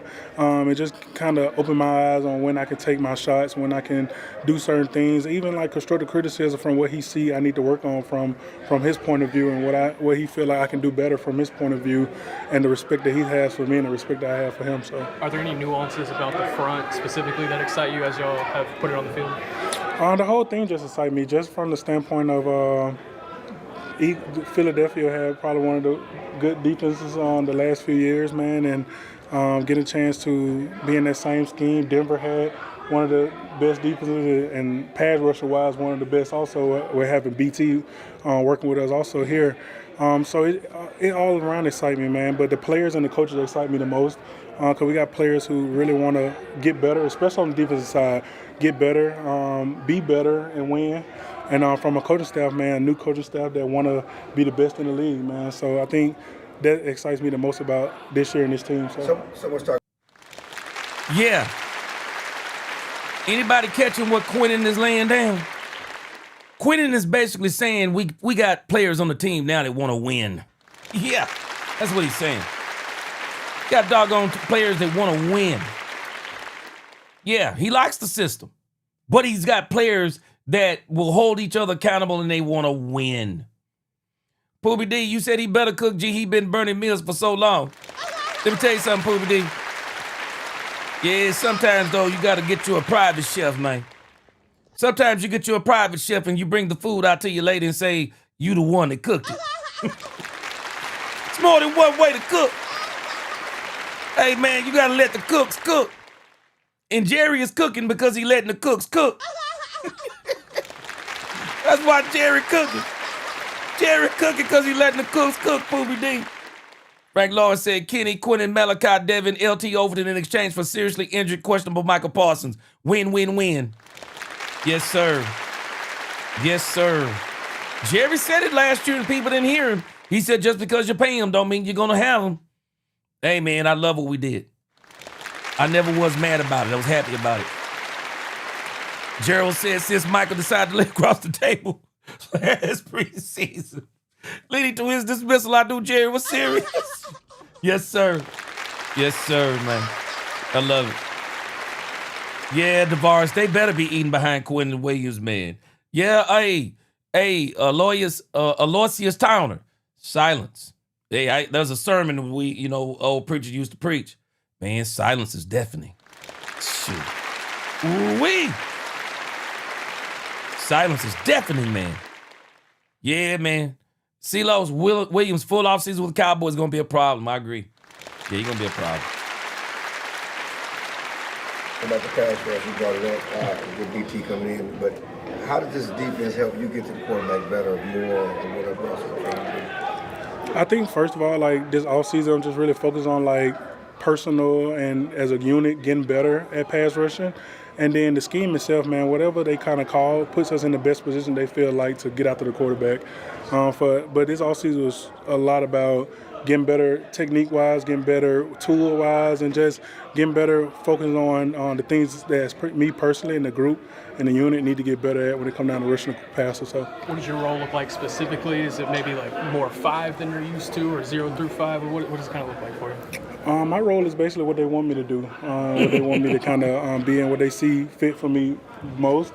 Like I said, this whole offseason just really truly focused on getting better, technique-wise, tool-wise, and get better as a player and grow as a player. So. I know you're going to BT Jordan's, or the Pass Rush Summit. You guys are both going to that. You've been in the league for a while now. How are you still learning, and how are you still kind of refining your craft? Myles Garrett just set the sack record last year. So, man, just getting a chance to watch him, getting a chance to watch Jeffrey Simmons last year have a great year, great season, man. Just continue to learn and grow every single year. I didn't have my best year when it come down to statistically pass rushing last year. And I want to be better. I want to do better, and not for myself, but for this team. And I know I can be better. So it's definitely one of those things I would never stop learning. I will always continue to learn, continue to grow, and try to get better every single year. So you mentioned in the past that this scheme is what you ran at Alabama. Yeah. Is it the exact same, or what are some of the nuances and differences from what you had in college versus now? Oh, it's super similar. It's super similar to what we ran at Alabama, especially from a front wise, and especially the tackle down lineman wise. So yeah, it's super similar. You still talk to Nick Saban? Not frequently. He golfing all the time, probably. You've been golfing a little too, though. Yeah, I golf a lot. I can't wait to play against him. So. Did you pick that up this year? Or? I picked it up last year. Yeah. It's pretty addicting. It's super addictive. Yeah, I'm gonna golf a little bit on this little break. Yeah, anybody golf out there? That's what I've been meaning to pick up. Yeah, I've been meaning to pick up golf myself. Anybody else out there golf? I definitely want to pick it up. Yeah, Marvin Mays. This is why I don't want the cameras in Oxnard, California. I want the Cowboys to focus on really installing their defense, in particular their defense, and we just don't need a lot of cameras this year, man. The Cowboys got to get this system in. They can't wait until Thanksgiving. The schedule is going to be difficult, kind of difficult in the front end and the back end. But again, the middle of the schedule, and I'm calling it, and I'm going to put it together in my Cowboys road to the Super Bowl here this week. But the difficult part is the front and the back. But the middle part is going to determine whether or not the Cowboys are going to the playoffs. It's the middle, from Philly to Philly. If they do what they're supposed to do from Philly to Philly, they're going to the playoffs no matter what. And I believe they will actually win the division no matter what, if they do what they're supposed to do from Philly to Philly. Yeah, you said he sounded a little bit like Barkley. Yeah, just a little bit more articulate though. Yeah, I'm gonna have to start playing real estate. I heard it's really fun. Yeah, Walt, he said I'm a golfer. Been playing for 25 years. Love it. Yeah, I gotta do it, man. Gotta get into it. We have, so there you go. Probably every day. What's the for sure every day. Yeah, for sure. How productive is this offseason, you think, been for the team, the players, new coaches, second year Schotty, all that kind of stuff, just to kind of focus on football? Yeah, I'm gonna speak on the defensive standpoint. From a defensive standpoint, I think it's been tremendous, especially bringing in the young guys, rookies, etc., and then the new guys like Rashad Gary, me having a full offseason, Kenny, and all the other defensive guys. Demo fully healthy this offseason. D Winter's a new guy who coming in and stepping up, man, and just as a unit trying to get better and be better, because we know we wasn't good last year, and we know we got a long way to go to be able to compete and to be able to do the things we can do that we know we can do as a unit. And having a whole new defensive staff who's hungry, who's want to win, and who know how to win, and the experience level on how to win. So I think it's been a great offseason for us as a defensive unit to be able to get better, to compete against a great offense, to learn, and to grow. So, have you been around a younger defensive staff? I think the oldest guy might be Coach Ainsley, and he's like 42, 43. I don't really know. I enjoy this defensive staff, so it's probably one of the best defensive staff I kind of been around and had when it comes down to like an execution level and a experience level and a detail level. So I'm just super excited to get back and get better, and to get to be the unit I know we can be. So. Have you asked anybody what? I'm telling y'all, man, this defense the Dallas Cowboys have put together, this is the accelerated program. This isn't like these defenses they put together in the past and they kind of hope that it would be good by a certain amount of time. No, this is the accelerated program. They have put together a coaching staff with Christian Parker, BT Jordan, Marcus Dixon, and these other guys. They have put together a coaching staff that is basically saying, no, we're going to be ready out the gate. Yeah, we're going to be ready out the gate. The Cowboys are going to be a lot better than I believe people think they're going to be. They're going to be good out of the gate. I'm not telling you they're going to be a top 10 defense out the gate, but they're going to compete out of the gate. And I don't think we're going to see any 40 burgers.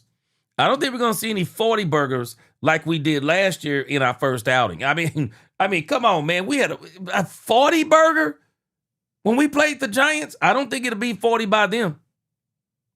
I don't think it'll be 40 by them. We're not going to have that this year. So a lot of emphasis is being put on this coaching staff, and for good reason. I like it. Oxnard's like it? Oh, every day. Yeah. Yeah, I've been trying to kind of get a grasp on everything, and I'm just enjoying it, man. I'm just enjoying the team, Walt, I enjoying agree. to get better and want to Bernard win. feels top golf, no. They said the weather nice. Yeah, they said the weather nice. Yeah, I'll be there too. Bring your clubs. Yeah, I'm going to be there. Yeah. 30-second walk. Christian Parker said that Caleb Downs is as advertised. Just what's your initial impressions of him? Mm-hmm. Have you spent time with him? Yeah, he's a DB first, so I kind of don't really see him too much on the field. But getting a chance to talk to him, getting a chance to be around him, see how hard he works. He's a Bama guy at heart, so he's the real deal to me. So I enjoy him. I'm super happy to have him here. He's a phenomenal guy, man. Listens, learn, eager to do the right thing, and extremely humble, extremely hardworking. So he is advertised as, I guess you said, he was. So you said the level of detail in the system is something you like and appreciate. What's different about the details that you're getting into with Christian Parker? I just think when I say level of detail, I think every single detail, from the way the D-tackle lined up to the way the eyes need to be in the defensive back, get addressed amongst the whole entire unit instead of amongst each every position unit. Oh, they go. What's the space right there? Don't worry, right? Yeah, you don't have to worry, bro. Don't worry. But yeah, so I think the details from that standpoint is really good. So Is that different than other places that you've been? Has that happened other places? Honestly, man, I'm just enjoying this in this moment right now. I can't really even think about like what happened in the past. So, but yeah, I'm super excited for this scheme and this team. So why did you tell them don't worry? It's all the inside. Man. He didn't have to worry though. All right. Thank you. So my confidence comes. See, I want you to pay attention to the kind of person that Quinnen Williams is. And this is why he's the right kind of person. See, I noticed this about Quinnen Williams last year. But Quinnen Williams is one of these people, and I'm telling us this is kind of how you have to live your life. You can't live your life in the past. And you can't focus on mistakes of the past. You can acknowledge mistakes of the past, but you can't live in the past. And if you noticed, everything that Quinnen kept saying, he was living in the present. You know, he's not worried about a lot of the things of, you know, where he's been or whatever this is or whatever that is. His concern is right now, getting better right now, getting the system down, getting better right now, enjoying the teammates, enjoying the coaches that he has now. He loves, this is one of the best coaching staffs he's been around, and not, you know, dwelling on what it was when he was with the Jets. He's not dealing with any of that stuff. And I think this is where a lot of these Cowboys are. And I like the fact, too, that if you think about how he explained how the Cowboys are playing this similar defense to how he played in Bama. And one of the things that Brian Schottenheimer, it's strange to me. Brian Schottenheimer has been a coach in this league for 25 years.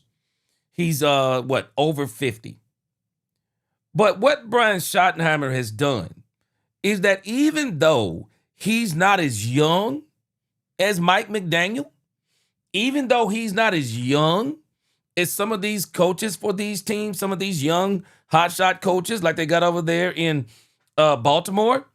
But if you notice, Brian Schottenheimer does things like a young coach, but at the same time, he manages the team like an elder statesman.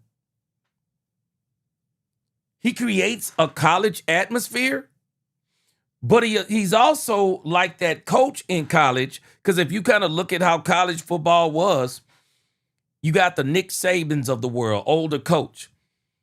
They allow these guys. Jimmy was, you think about when Jimmy was in college. Allow these guys to be whatever, let them be flamboyant, whatever they want to be. But at the same time, still have that old school coach mentality, as in discipline, as in, how you be about your business. Schotty is a great combination of a young coach, allowing the young guys to be young, building a young team, while at the same time having that old coach mentality, father, Marty Schottenheimer, having that old coach mentality, but being able to still understand where he is and be able to relate to these young coaches, young players. He can relate. And this is what Brian has done extremely well. He's done extremely well. Standing ovation. And I am very excited to see how he evolves this offense this year. I'm very excited. Frank Lawrence said DeVaris, he said, I'm fully confident Schotty will be, he's going to have the team ready. Yeah, he'll have the team ready against the Rams. John Connor, Schotty's the next great coach. I believe so too. And when he gets that chip in Dallas, because he's going to get it.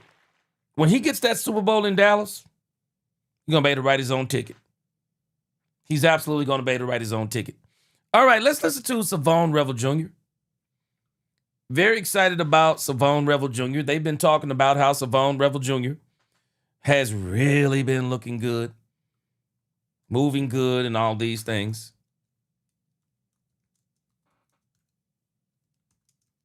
So I'm very excited about him. Let's check him out. Seems to be really, really locked in this year. Just being myself for real, man. You can't teach yourself being yourself. You know what I mean? I feel like people look at you differently when you playing the game, and they know who you are. They know what kind of person you is. They know what you provide on the team, outside the facility, inside the facility, on the practice field, outside the practice field. So man, just being myself. You know what I mean? I feel like it don't got nothing to do with what other people thinking or their opinions. But personally, that's just me. You know what I mean? At the end of the day, I know what I got. I know what I need to work on. I know what I can do. So at the end of the day, I know I can clean up. Have you been a play in OTAs or a mini camp where you did something you're like, all right, I think I'm back? Is it a play? I can't really think of nothing specific, but I say I broke on a dig. I still had that twitch in me. I still got that twitch there, but I still feel like I need to work on it a little bit. What's Christian Parker been like? Man, it's a blessing for real. You know what I mean? It's a lot of things that we didn't do last year that we do this year, as in like Indy. You know what I mean? You clean up a lot of your techniques, a lot of things you made a mistake the day before. I mean, he's very detailed and technical with his movement and what he wants us to do. You know what I mean? Each day is nothing different. You know what I mean? You approach the day to get better each day. You know what I mean? And with violence, with determination, with grit. You know what I mean? And that's just how he taught us. What kind of stands out? Like, is it his teaching, or like kind of what stands out to you? It's his teaching. But at the end of the day, he got resources too. DA, got Smitty, Coach Smitty, and they all got their own system and what they want to accomplish, and it all come in together. You know what I mean? You put that together, it become greatness. And I feel like they all doing great things, in their own way, and how they see it. But they all doing it with the same intent. Thank you, man. Appreciate it. Appreciate you. Now, a lot of people might not realize this, but the Dallas Cowboys defensive coaching staff in particular last year, I don't think they were in sync. I don't think the Dallas Cowboys defense I don't think that staff was in sync. I really don't. Shevon Revel Jr. just let us in on something, and I think Quinnen has been letting us in on it too. The defensive staff is in sync. Christian Parker told us that Jerry Jones had a clear vision of what he wanted this team to be. I think we're seeing it. I absolutely think we're seeing so many things come together. Walt said he wants the Cowboys to be locked in. It looks like they're locking in. Yeah, Country Field said Quinnen Williams taking accountability. And that's great when you feel like that you can still get better. And that's what Quinnen was talking about. I can be better. Quinnen is saying, man, I can be better than what I was last year. And he can play in any system, but I don't know if he could play in Matt Eberflus system. I mean, he looked good for a while, but it started turning into trash, and I don't think that was him. Yeah, Andre Johnson, want to see him in them pads. And my biggest thing is I want to see him against the Rams. I want to see him against the Rams. I want to see him cook against the Rams. And again, man, this is where this defense is going to be. It's going to help Dak Prescott in this offense. It's going to help Brian Schottenheimer evolve his offense because he's going to be playing, and I'm telling you this is going to pay dividends. Quinnen Williams alluded to. They're playing some of the similar defenses that the teams that they're playing will be playing. It will prepare them. Christian Parker is going to have this offense ready for the defenses they're going to be facing. It's a beautiful thing. And iron sharpens iron. We saw Dak Prescott carve up Christian Parker's defense not once but twice last year. And that ain't no knock on Christian Parker. That just goes to show you how great Dak Prescott is. He was carving them up, tight window throws. Scored bukus of points on them. Scored bukus of points. So he's going to help the defense be better too. This thing is going to work so good. Ron Mack said anyone ever looked at the average player contract amount before Jerry did what he could do to make the NFL the most profitable organization in sports? Oh, they was terrible. Them players wasn't making money. Now, they did have that one stint. You know, they had that little gap in there of no salary cap, and it went crazy then. Country Field said, gee, you know, when teams play us, they bring their A game. They will. Like we're their personal little Super Bowl. Well, I think the Cowboys are going to do that to other teams this year. I really do. I think they're going to do that to other teams. All right, we're gonna put off a couple of these until tomorrow. I mean, hey, man, we got plenty of time. We got plenty of time to listen to the rest of these, but I want to listen to at least one or two more. Very excited for Quinnen Williams. Very excited about Shevon Revel Jr. I really kind of get drowned out, and I really want to see him get that bounce back. All right, let's listen to. We got a couple more here. We've actually heard Guyton speak this year. We'll listen to Guyton tomorrow. We'll listen to Reddy, and we'll listen to Kevontae Turpin tomorrow. We're going to close this out with Ryan Flournoy. Very excited about Ryan Flournoy. Ryan Flournoy is going to make even bigger steps this year. Teams are going to come in ready for George Pickens and CeeDee Lamb. Ryan Flournoy, Michael Trigg, guys like that are going to have to rise to the occasion. How's the progression for year 3? How was the offseason even leading up to this for you? It's been great. You know, just want to stay consistent and just build off what, you know, I did last year. You know, just come in here, work harder than I did last year. You know, just stepping into a new role. You know, I think last season I was, at this point, wide receiver 5, wide receiver 6, and now wide receiver 3. So I got a voice now.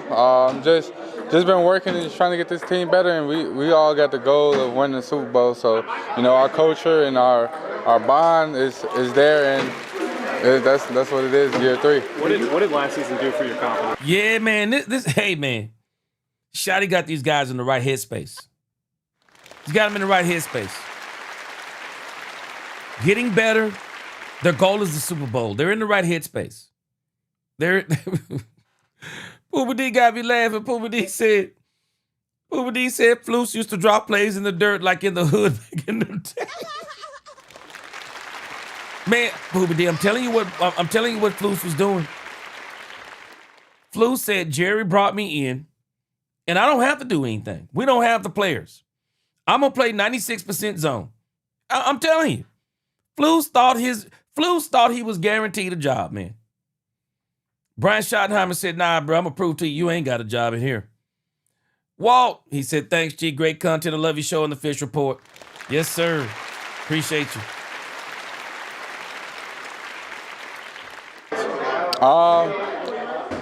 It definitely had a big impact on it. Just because I know I belong, and I know the offense now. I know how to operate as a professional. You know, coming in from college, coming in from a small school, honestly, and you know, you kind of get drowned out, and you know, just trying to navigate what works for you and seeing what works for others. My confidence skyrocketed after I found what works for me. You feel like the light has come on, and it looks like you're confident, you're oozing with confidence in yourself, the Cowboys' confidence in you. Do you feel that way? Yeah, for sure. And you know, even a lot of my teammates can attest to my work ethic. You know, that's where my confidence really stems from. It's just my preparation, how you know, I try to be the first one here, I try to be the last one to leave, trying to do. That's what Brian Schottenheimer said. Schotty said that Ryan is the first one in, last one out, always available to Dak Prescott to throw. I mean, man, Ryan Flournoy has worked his way to where he is now. He has worked his way. He is the third wide receiver. I don't think there's any competition. I don't think there's any competition. Ryan Flournoy is going to prove this season, I believe, that he is one of the best wide receivers in the game. And don't take this for granted. He's working with Chris Carter. And again, I don't like all the takes that Chris Carter make, but the man can play wide receiver. Shoot. Man, Chris Carter can play. He can play. And he been working with Chris Carter, and he can play. Hey, Jabril, man, I wish I had an afro like that. I wish I could still grow an afro like that. I ain't playing with you. Extra with my body, extra mentally. You know, learning the plays, learning what other people got, and just being prepared so I could go out there and be free. Do you attack it any differently? Appreciate you, Gregory Hicks. In that mindset yourself, going from kind of a fringe roster guy last year and to now a solidified. No, I was this way last year. I always have the inspiration to be great. You know, I tell my brothers all the time, and we ask our why, and my why is to be an inspiration to others. And the vision I got for myself is greatness. So for me to do that every single day, that's who I was and who I am. How tough would it is to come from a small school? You're the man there, but you had to kind of start over and regain that confidence and all that. Can you talk about that transition, your journey from being a small school overlooked guy to now being a number 3 receiver? Nah, yeah. Even I could tell you my first preseason game against LA, I had a lot of pressure on me. Not that anybody else put it on me, but I put it on myself because, you know, I was a small school. I felt like I had a lot to prove. What up, being Sierra? the first person, I think, from Yeah, SEMO it's to time get to win that drafted Super to Bowl, go to the Sierra. combine. So I was like, I have a lot to prove, so I have to go out here and prove myself. And honestly, I played bad my first preseason game, but as I started to learn and started to, you know, just go out here and play freely and play football, I kind of stepped into myself, you know, and not just relying on my football skills, but relying on the vets and saying how they deal with bad games or how they deal with adversity. And, you know, they great vets, you know. For me now, I'm stepping into kind of a veteran role. Like, I can give that insight to a rookie. I can tell that story to a rookie if they have a bad game and, you know, they could come back and bounce back. Well, Pickens missing OTA. Do y'all hear what this man is saying? There is one word for what he is saying. Leadership. Ryan Flournoy is saying he's taken on the role of leadership. When you start saying you want to be an inspiration for others, the only way you can be an inspiration for others in a good way is work ethic, what you do off the field, and what you say to people. That's how you're an inspiration. Schotty is, again, I'm working on creating my Jimmy Johnson barometer. But what Brian is trying to do, and I think he's accomplishing it, Brian he wants Dak Prescott to be the de facto leader of the team. But he also wants other leaders on the team to help Dak Prescott lead this team to the Super Bowl. I said this last year when Brian came, and I don't think people are quite yet grasping this. I talked about it last year. Schotty is trying to take the weight of the Dallas Cowboys off of Dak Prescott. Because for too long, the entire weight of the franchise has been on Dak Prescott. Schotty is saying we need to take the weight of the Dallas Cowboys off of Dak Prescott. And we need to distribute the weight of the Dallas Cowboys and the responsibility of winning and executing. We need to distribute that responsibility on the rest of this team. Because for years, it's been Dak Prescott a bust. And I am telling y'all, whether we accept this or not, Super Bowl quarterbacks, past and present, they have not had that pressure.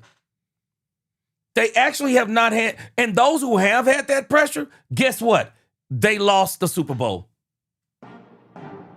They lost. If they made it to the Super Bowl, they lost. Absolutely. I can remember when Jalen Hurts took the Philadelphia Eagles, when they went and played the Kansas City Chiefs the first time in the Super Bowl, I think it was 2023 season. Jalen Hurts put that team on his back. I'll give it to him. He put that team on his back, and guess what happened? They lost. You know what they did when they came back and they beat the Kansas City Chiefs when they saw them the second time? Rather than the weight of the team being on the shoulders of Jalen Hurts, guess what they did? They put a super team around him. Yeah, they put a super team around him. They put a team around him to where Jalen Hurts, all we need you to do is your part. We don't need you to make any fantastic runs. We don't need you to throw the ball 35 times. We don't need you to play outside of yourself. Nope. We're going to put a team around you to where all you have to do is what you do. Just do what you do best. That's how you win Super Bowls. When you distribute the responsibility of the weight of the team to everybody. When a bunch of people are lifting something, it's easier for a group to lift something rather than one group, the whole group, or all the group is on one side and then you put one man on the other side. You ain't going nowhere like that. You're going to wear that one person on the other side, you're going to wear them down and they're not going to do it. What I'm hearing is leadership. That's what I'm hearing. Is leadership. Sierra, she said, we love your show. My 2-year-old always says your intro well. To God be the glory. Appreciate you, Sierra. Appreciate you. Appreciate you. Jabril said from wide receiver 5 or 6 to wide receiver 3. Yes. Demetrius Noel, he said Clarence Hill just won't come out of this GP missing OTAs crap. I guess the desert sun has dulled his senses or his mouth is still running on overtime. Now, Demetrius, you got to think about Clarence Hill. No disrespect to Clarence Hill. I think he does. I think he asks some good questions sometimes. But then there are other times. Clarence Hill is from that old regime of it's always about the negative on this team. I mean, you can hear Clarence Hill talk sometimes. I mean, it doesn't mean he doesn't say some good things sometimes, but a lot of times he talks from a pessimistic view about the Dallas Cowboys, and he always says he's keeping it real. Okay, I guess he is keeping it real according to him, and it doesn't mean that it is real, but he says it's real. But he's one of these people, he likes to, he likes to kind of get those headline questions and people to run with the answers. But I think a lot of these players are getting way smarter and they don't fall into the trap. Yeah, Ron Mack said he didn't say any other players on the team. He said his brothers. Yeah, man. It's the Schotty effect. days and CD misses some days. You certainly got a lot of time with the one as maybe Dak's main guy. Can you just talk about those reps, being that guy in practice, how this helped you as well? Yeah, it was. I think for me it was important just to step into a leadership role in the room. You know, CD and GP, man, great guys, phenomenal football players. I learned a lot from them.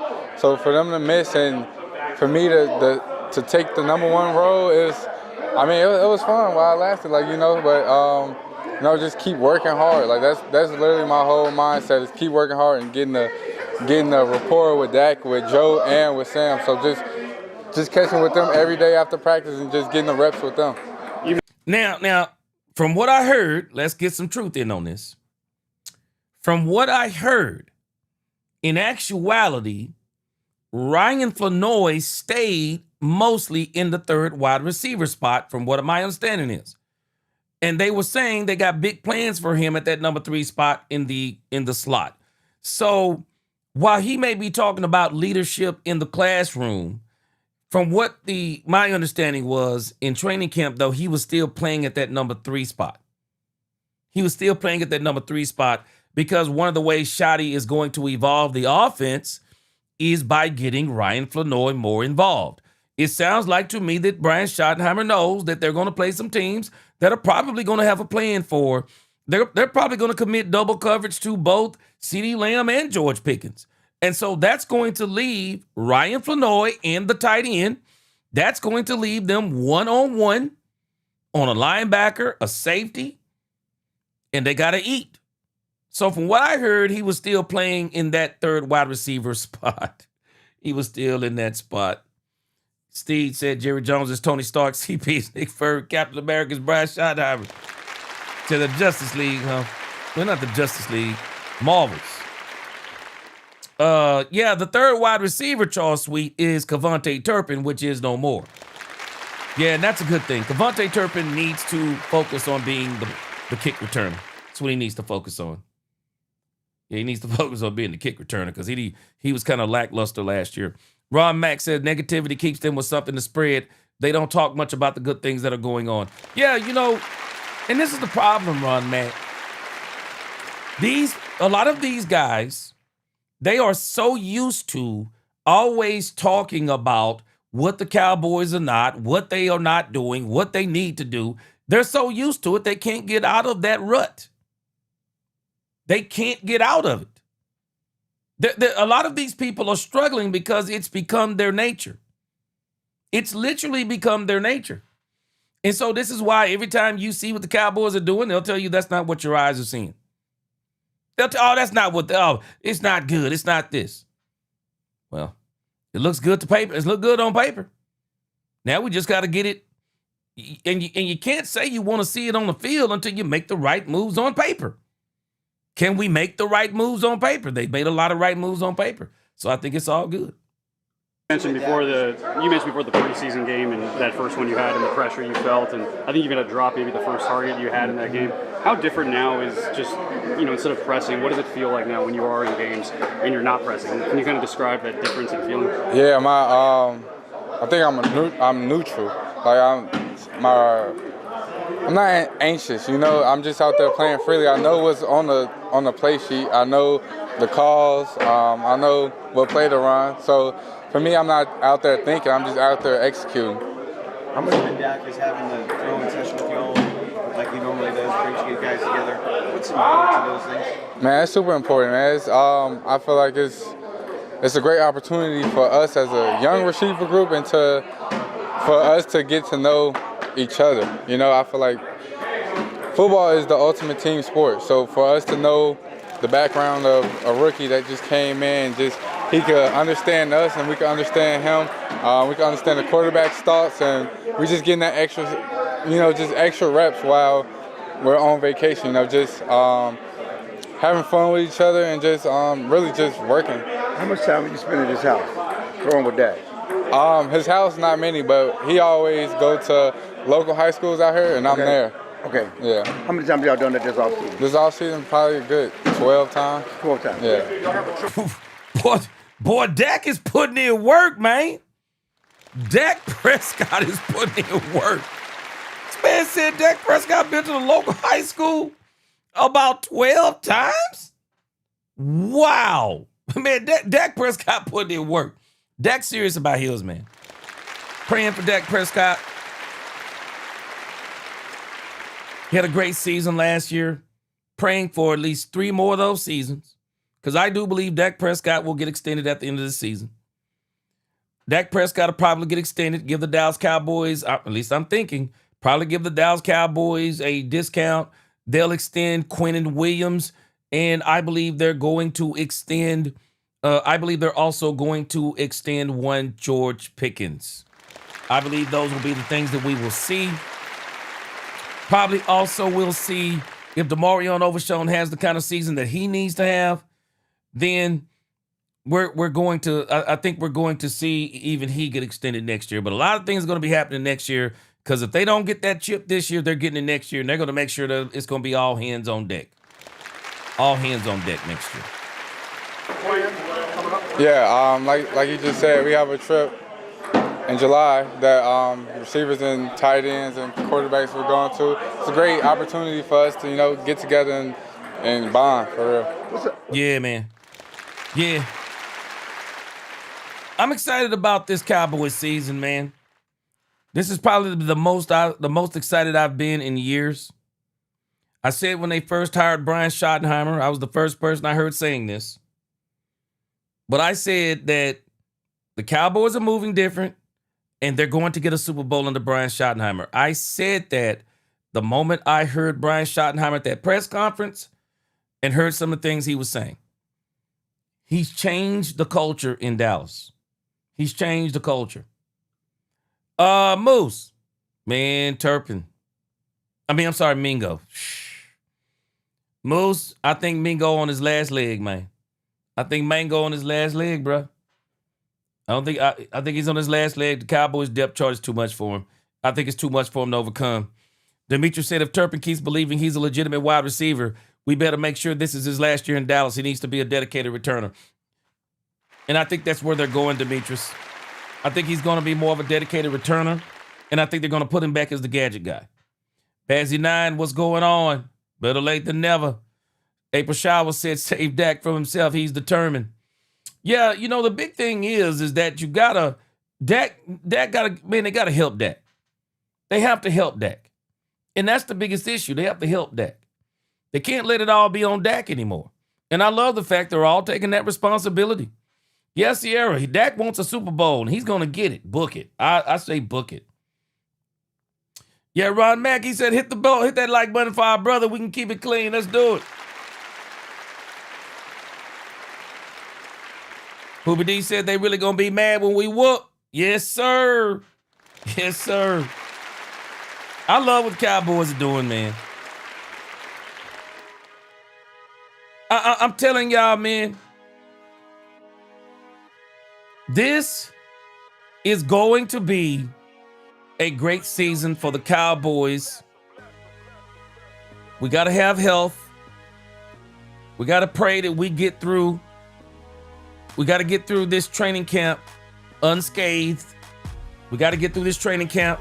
We got a lot of off season to go. Oxnard, California is going to be big for us Cowboys fans.